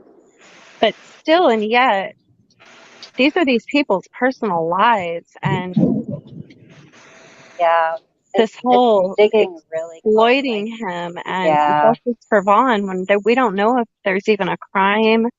I mean, can you imagine like yourself in his situation? No, like dear God, no. Like that would be the most horrific thing. Oh God! I could not even like if I I don't was even up know in if the I'd want to hospital be like that. alive. Oh dear Lord, like And that then would to be be exploited. yeah, like that would be so embarrassing. I cannot even imagine. Like with like I really do hope and pray that he is able to wake up and recover. But He needs like to wake up. I mean, Nobody tell him about the but drama. that's what I'm saying. Like if he does, he never needs to see what went on the internet. No. You know what I Or mean? the kids. Yeah, You or know, the like kids. Yeah, if I be was going exposed. to try to help somebody in the situation, I wouldn't do it publicly. No. I would help somebody, you know, if I really believed like I was trying to help a family get, you know, somewhere else. There's veteran assistance for that. There's Red Cross assistance I know. for that. You know, I would do it off of YouTube, but it's the whole doing it on YouTube is what gets me, because we all know everything that goes on the internet stays, and those kids are going to grow up and they're going to see all of this one way or another. You know, just like the Wells kids, they're going to grow up, they're going to see all of this. Yeah. That's what makes me angry. Yeah. I mean, that It's family is disgusting going to that have. people have to exploit others on the internet for what? Views? Yeah, You're just to just have a a piece of show. shit. Like, come on now. Yeah, there's ways to help people. Hey, like it even tells you in the Bible, if you help somebody, you don't help them for a thank you. You don't help them for, publicity reasons. You don't help them for anything. You don't even take credit for it. You keep your name silent. That's what you do. But it's just completely the opposite on YouTube. Yeah. It Yeah. is. The norm is that. Like, I love the adventure of faith. You just mentioned the Bible, and I'm not a religious person, but I love the adventure Hmm. that comes with faith. Just blindly doing the right thing without knowing what the fuck kind of benefit I may get out of it. Does that make sense? Oh Like, yeah, exactly. I just don't Right. give a fuck. I'm Yes. just gonna do the right thing as best as I can in my mind. Now, I may not always do the right thing, but I'm saying, like, if I try to do the right thing, I'm blindly doing it without any type of Right. Motive. It's out of the goodness out of right. your heart. Like Yeah, it's just coming from a pure exactly. place. It's fun. It's fucking fun. It's like Right. I could totally end up on the street homeless, and I'm whatever. Fuck it. You know what I mean? Like, and I don't understand. Like, so I just don't respect the lack of fucking balls Yeah. that other YouTube creators. Courage. You know what I mean? Like, I just don't respect it. Me either. Like, No, there I are don't. certain creators like Make a Mobster right now is like really in my chat, and she does not give a fuck about views. She's one of my favorite creators. I love I'll have makeup to up set I up will with her. watch her channel. And she's just like talking about God knows what the fuck. But I Yeah. love her attitude because she is always solid. No matter what, she's always solid. Yeah, And she is. Exactly. and like I try to be the kind of person that's like, you know what? Like, I'm just gonna blindly do this.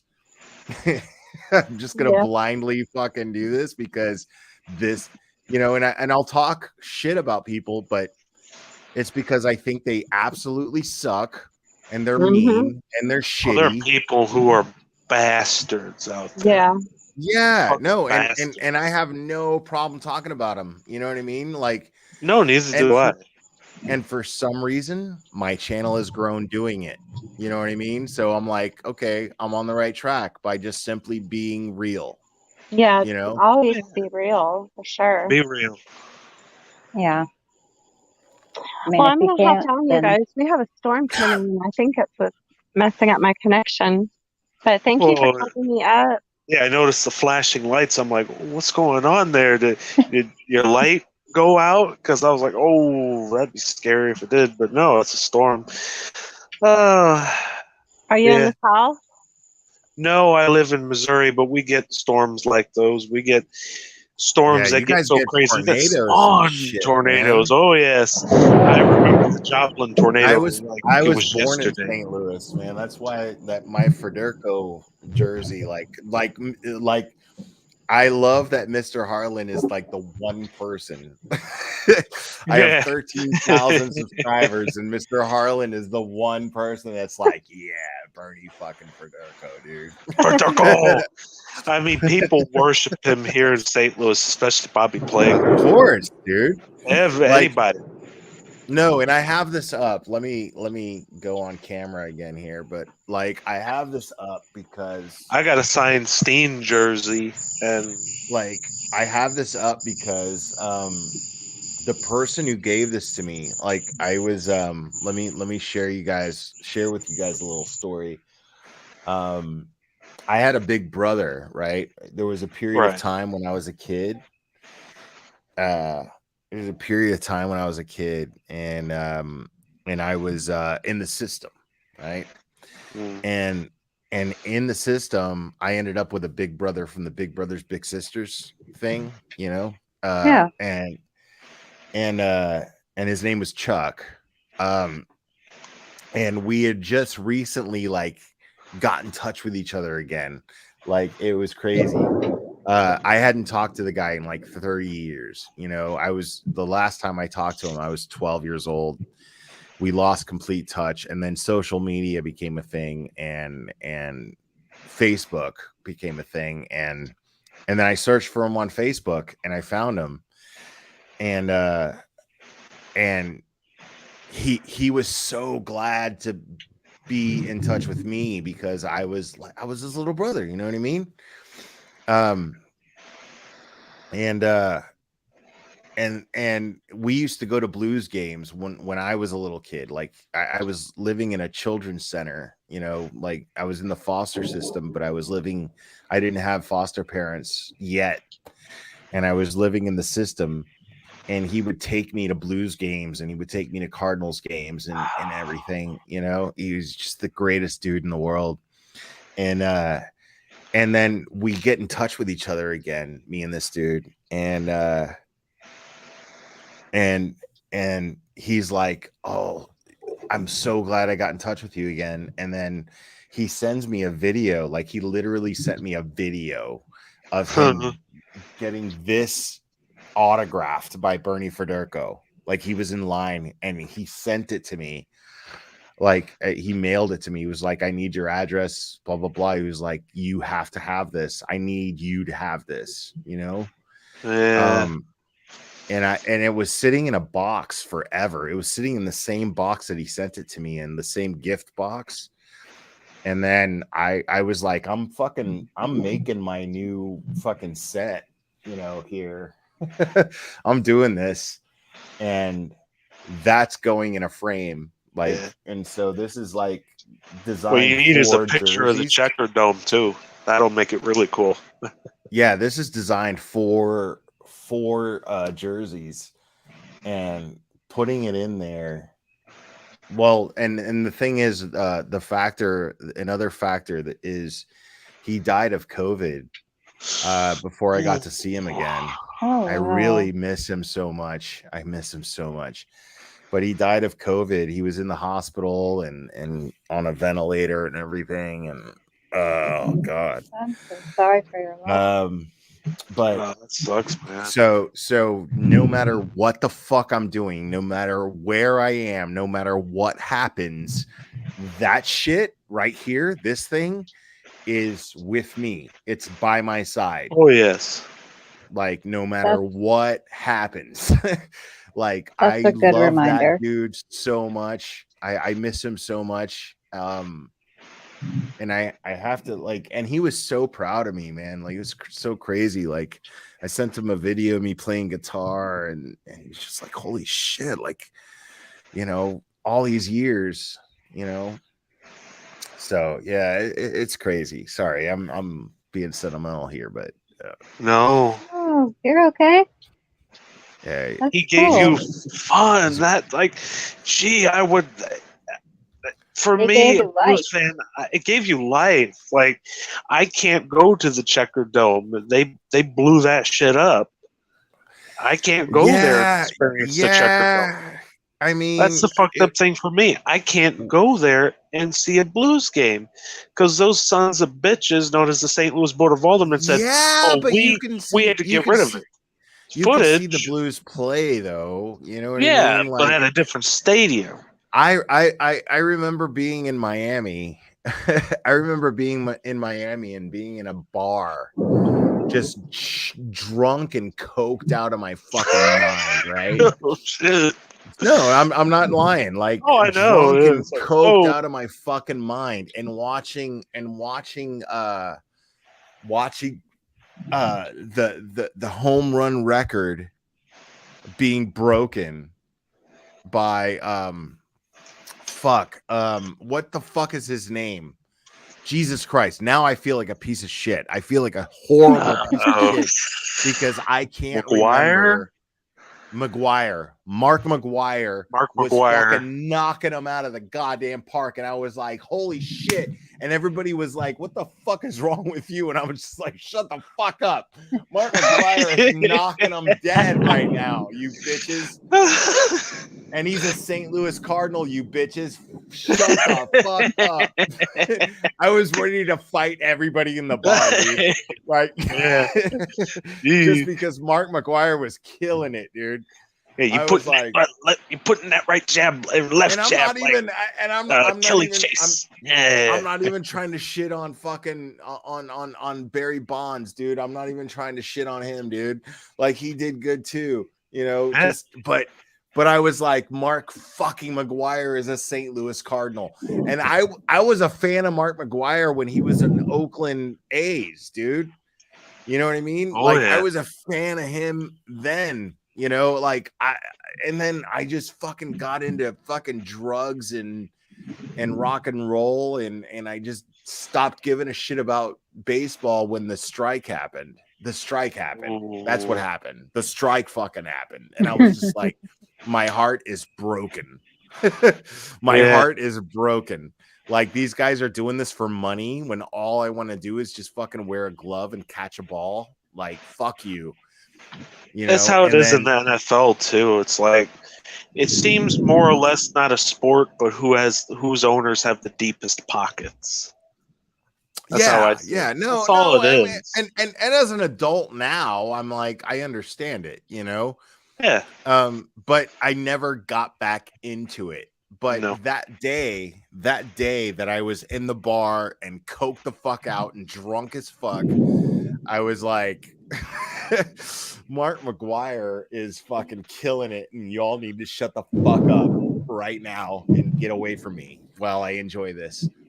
You know, it was amazing. It was fucking amazing. I was just sitting on the couch. I just made things awkward. I'm sorry. No, you're fine. No. I was sitting on the couch, and I remember when the Cardinals won the 2011 World Series, but the thing that made me stand up and cry was when the St. Louis Blues won the Stanley Cup. That was a thing we could never do. St. Louis just killed it that year, dude. They just fucking killed it. Smoked the shit out of. Like, how proud Boston. are you of being from St. Louis, man? Like, and dude, I was born and raised in St. Charles, but St. Louis is just over the bridge. And I respect the fuck out of everybody from Boston because, like, they're great players. I love the enthusiasm of sports fanaticism, and I grew up in Miami. Right? Miami is the worst, by the way. Miami's the fucking worst. Now, Miami has the Miami guys, Marlins. I'm going to drop down, okay? The Miami Marlins have won. Yeah, good to have you. Miami Marlins have won the World Series before, but nobody gave a shit until they did, right? And they were just banging fucking. You go on the streets and they're banging pots and pans and everybody's fireworks. Like, oh my god, yeah. But nobody gave a shit the whole year. No. But in St. Louis, I missed being in St. Louis because in St. Louis, everybody fucking followed every detail of every win getting to that point. I can ask people at my work about the moment when Ed Belfour had his fucking tantrum beating the freaking net when Craig Jenney did a quick right foot scores. And I asked him what was it like being there. He said a lot of people screamed and cheered. You heard the goal horns blaring, and people were laughing because of Ed Belfour's tantrums. But he was an extremely dangerous person when in a tantrum because you did not want to go into the fucking locker room when he was breaking shit. There were instances where he was fined by the NHL for breaking shit because he could not control his temper. He had an extreme temper. Good goalie, extreme temper. And he's been arrested multiple times for public intoxication. The most recent one was in 2020, and you can watch the body cam footage from police. He's literally on the floor, hugging onto a fucking curtain rod that he ripped out of the wall. Fuck yeah! Literally at a hotel. It's like, and this is the guy who's in the NHL Hall of Fame, whose mugshot of him smiling. What else would you like expect? A nutcase. It's like, what the fuck, else would you dude? expect, man? Right. And this is the guy who had a tantrum at the St. Louis Arena on April 25th, make up mobsters 1993. in my chat right now, talking like praising the Yankees. Fuck the Yankees, dude.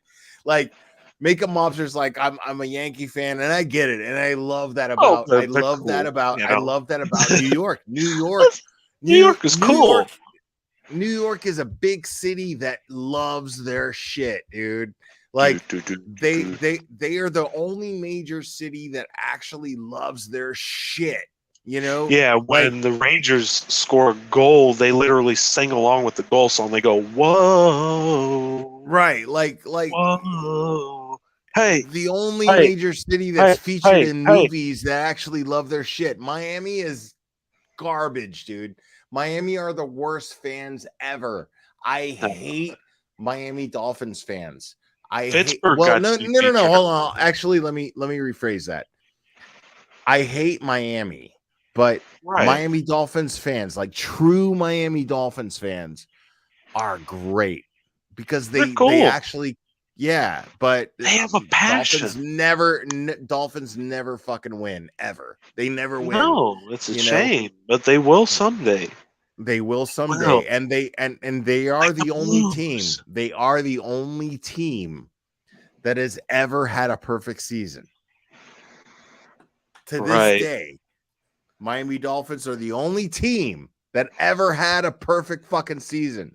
So I admire Miami Dolphins true fans, but they, you know, they don't have like Miami, like, okay, like nobody gave a shit about nobody gave a shit about the Miami Heat until LeBron joined the fucking Miami Heat, no, they didn't really. Nobody gave a fuck. I hate Miami for that reason.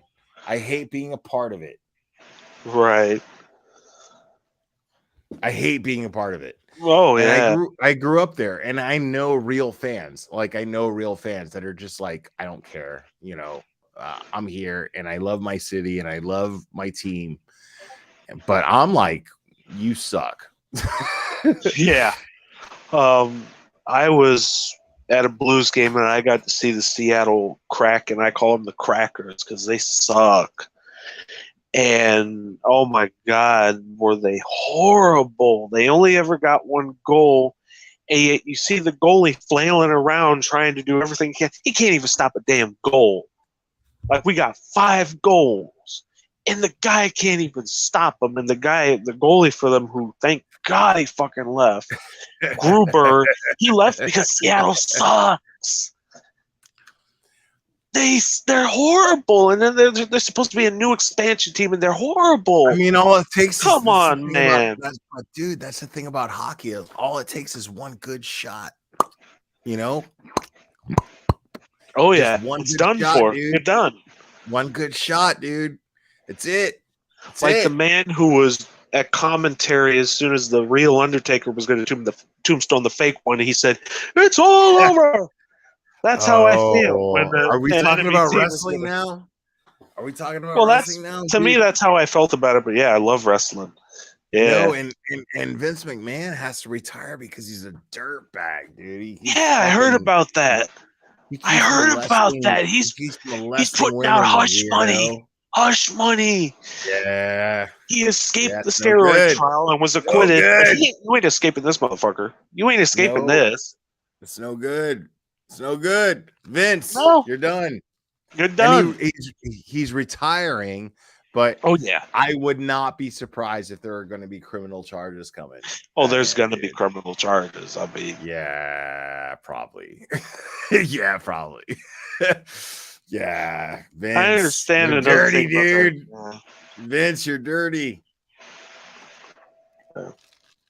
I understand when it comes to a new hockey team and they gotta, it takes time, but I don't know if they don't get their shit together, they're gonna end up like Missouri's first NHL team, the St. Louis Eagles. They're gonna disband. They're gonna fold.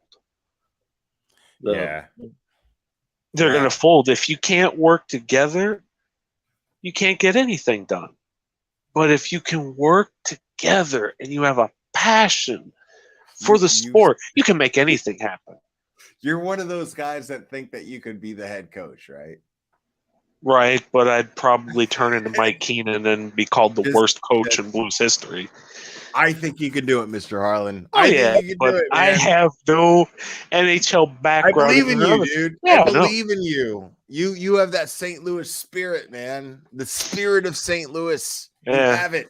You have I'd it. probably be the guy, the coach with the fucking 60 mag light when he walks out to his car, because it's like, St. Louis is full of crime, and if one of the opposing team's players wants to try and walk up to me, it's like, oh, you see this motherfucker? This is my stick. I can blind you on one end, and on the other end I can hit you with it. So what are you gonna do? You can go back to your hotel wherever you came from, or I can hit you with this and you ain't gonna say anything because you came at me and there's witnesses who saw it too. So what are you gonna do?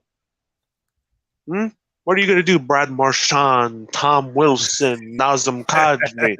What are you gonna do, motherfuckers? What are you gonna do, Jaden Schwartz? Yeah, I got to meet him too, Jaden Schwartz. He's a cool dude, but he's short as hell, and he ran away to Seattle because he wanted more money. Guess what, motherfucker? You won the St. Louis Blues a Stanley Cup, and you were saying the Blues weren't giving you enough money? We gave you money, you chickened out, and ran the fuck away to Seattle. And it ain't no flex stick, it's a 6D maglite. 6D maglite. Now, I could use a flex stick. I've never heard of that, but 6D maglite, either that or an extendable baton will get the job done. Or a hockey stick. If they're harassing you that much, you smack that motherfucker. Seriously. I miss the days of Ozzie Smith, man. Ozzy, the Wizard of Oz. Yes, the Wizard of Oz. Fucking Oz, dude. Like, the Wizard of Oz. He only hit like 3 home runs in his whole fucking career, but he did a backflip every time. Yeah. Or a front flip, actually. A front flip every time, like on the home plate. It was dope. I love Ozzie Smith, man. I love my St. Louis Cards, dude. I miss him so much, dude. I miss my 85 Cards, dude. I miss Vince Coleman. I miss I miss Vince Coleman. I miss my first baseman. What the fuck was his name, dude? Who knows? I can't even think of his name. No, I gotta Google this shit because they were my shit, and I'm just fucking so drunk that I can't fucking Hershey remember. Bears are cool. I like AHL teams too. Hershey Bears, that's in Pennsylvania, and they're cool. I love Willie McGee. Willie McGee. Willie McGee. And this is before I'm Googling, okay? So Willie McGee, Ozzie Smith, Whitey Herzog, Mark McGuire. I know Whitey Herzog was the head was the manager, yeah. Whitey Herzog was the manager. I might get his name wrong, but I think his name is Tony LaRusso. I think I pronounced his last name wrong. I'm known to do that. Fuck yeah, dude. John Tudor.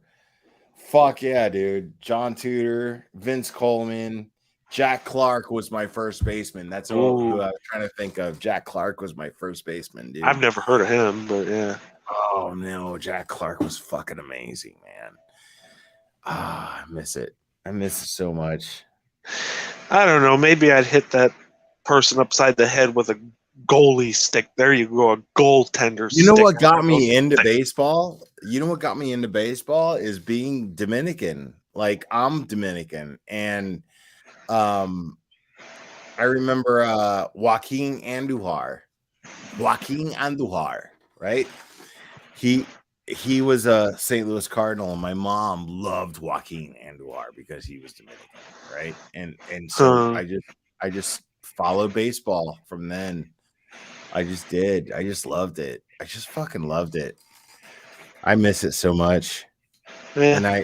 And now I don't give a fuck. It's so funny. I don't give a fuck. But I loved it so much. When that strike happened, I was just like, you fuckers. I wanted to be a baseball player so bad. You know, I wanted to be a baseball player so bad. Like, and it was crazy. Like, I went to visit my brother. I went to visit my brother. And that was I think it was Thanksgiving. Yeah, Thanksgiving. I went to go visit my brother, and his he has 3 kids, 2 girls, 1 boy, and the middle child is the boy. And the boy was like 3, right? 4 maybe. And every time that a ball was pitched to him, he fucking knocked it out. Anytime he got a ball pitched to him, it's knocked out. It's dude. Yeah. Totally. And I'm just like, man, I'm totally the afterbirth. my brother and his fucking his kids are just the, you know, they're the goods. I'm not. Yeah. I'm just doing this YouTube bullshit. Yeah, you know what I mean? but YouTube can be fun on the side, you know. It doesn't have to be a pain. It, you know, it gives you something to do. You know, why sit around the house? Like, you know? You need to have something to do, like besides because working. it was really funny because they were, you know, they think Uncle Will is the shit, you know, and they think Uncle Will is the shit, and I'm just like, man, you know, your dad is the shit. Your dad is the shit. Your papa's the shit, not me. I'm just a guy who's on YouTube and has people up on channel, and you know, he has this guy, Mr. Harlan, and another dude. Oh, somebody Colton something. Yeah, but your papa's the shit, not me. Don't worry about me. Don't worry about the guy who's up there blabbing on about the Blues and then trying to tell you about his sophomore year. Oh Lord. You know what I mean? Gee. Tim's awesome. So, like, yeah, last night, okay, since I have an open panel, so last night I was on this dude's panel. His name's Whiskey OG, and I want to give a shout out to that guy because a lot of people just dismiss this guy like being just a fucking shitty drunk or whatever, blah blah blah. You know, and I think he's a good dude. You know, I'm you know, I'm not going to dismiss him like that. He's a good dude. So just a shout out to him because he had me on his panel, and I started the panel trolling him. I did. I started the panel trolling the fuck out of this guy, you know, and you know, afterwards we ended up talking and everything, and you know, I think he's a good dude. I really do. So big shout out to Whiskey OG, man. Yeah, give him a shout out.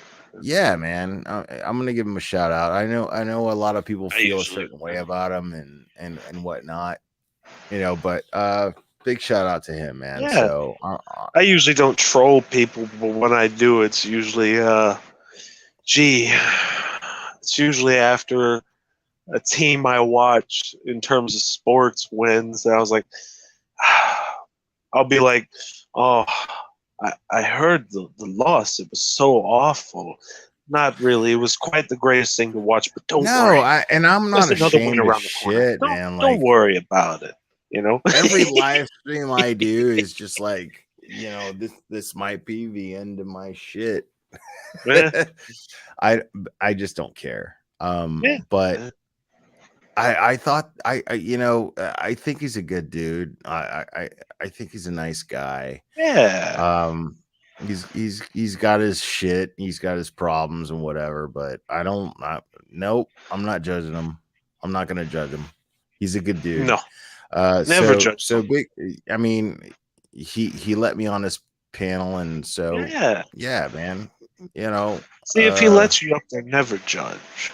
You know, yeah, that's he's a the nice thing guy. that'll drive me nuts. And when I worked when I had my short tenure in retail, it's like, what is with people wanting to judge the workers? We were understaffed, and to just hear some of the things the customers said, I brought that home. And when my mother, she brought in the most money, more than my dad when I grew up.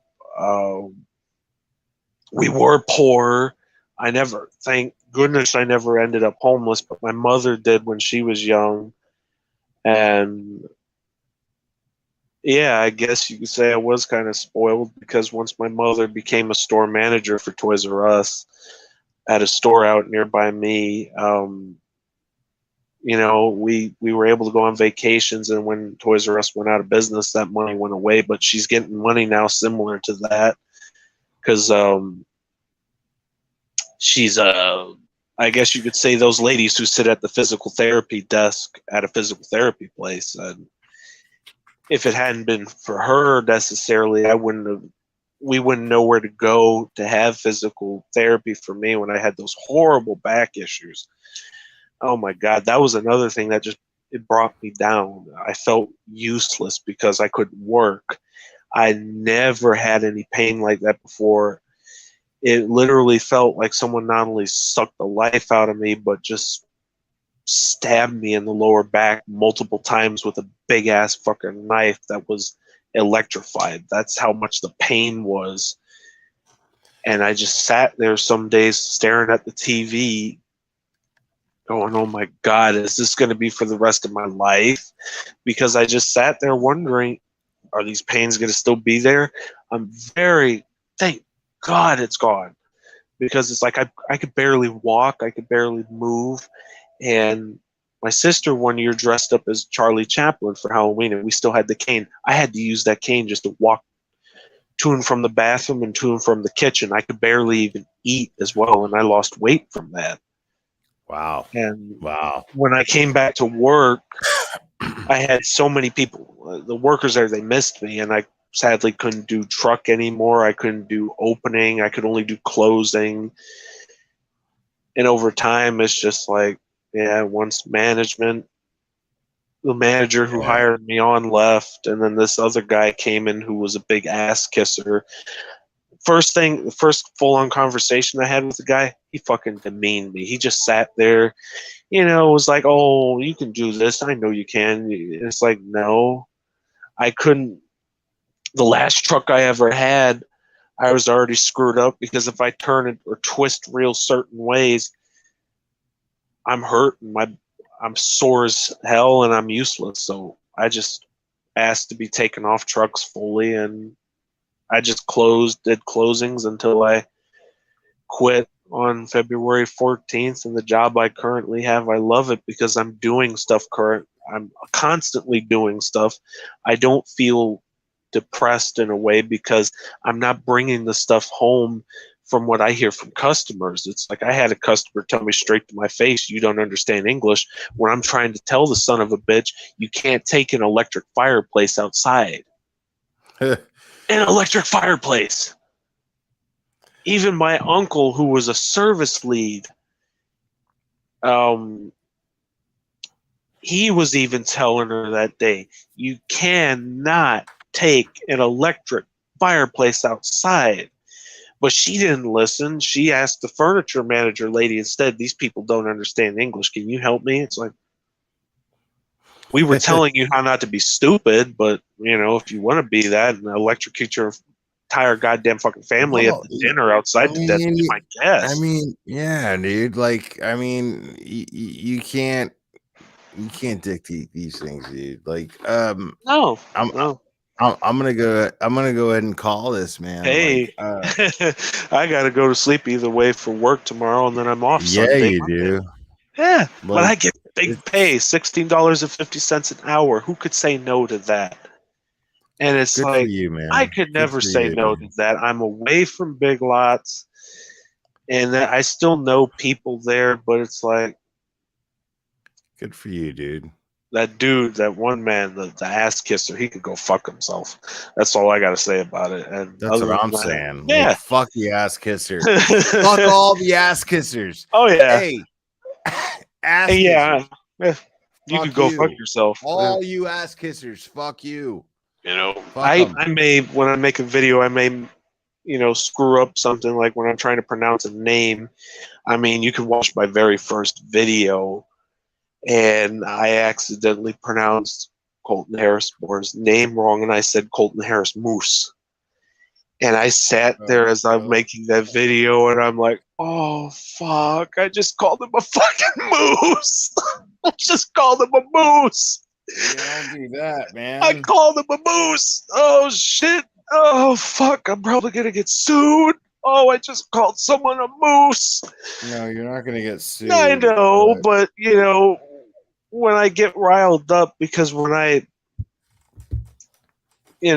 screw something up, like pronounce someone's name wrong, I'm kind of self-aware of that kind of thing. It's like, shit, are they going to fucking go ballistic? I've had people do that at Big Lots, and it's like, don't worry about that. don't worry about it now. Make a monster. Don't worry about it. Yeah. Yeah, drop the link to your channel. Make a monster. Yeah. Make a monster is great, dude. So yeah, drop the link to your channel. Don't feel weird about that at all. Don't feel weird about it at all. Matt Bond, it's good to see you, buddy.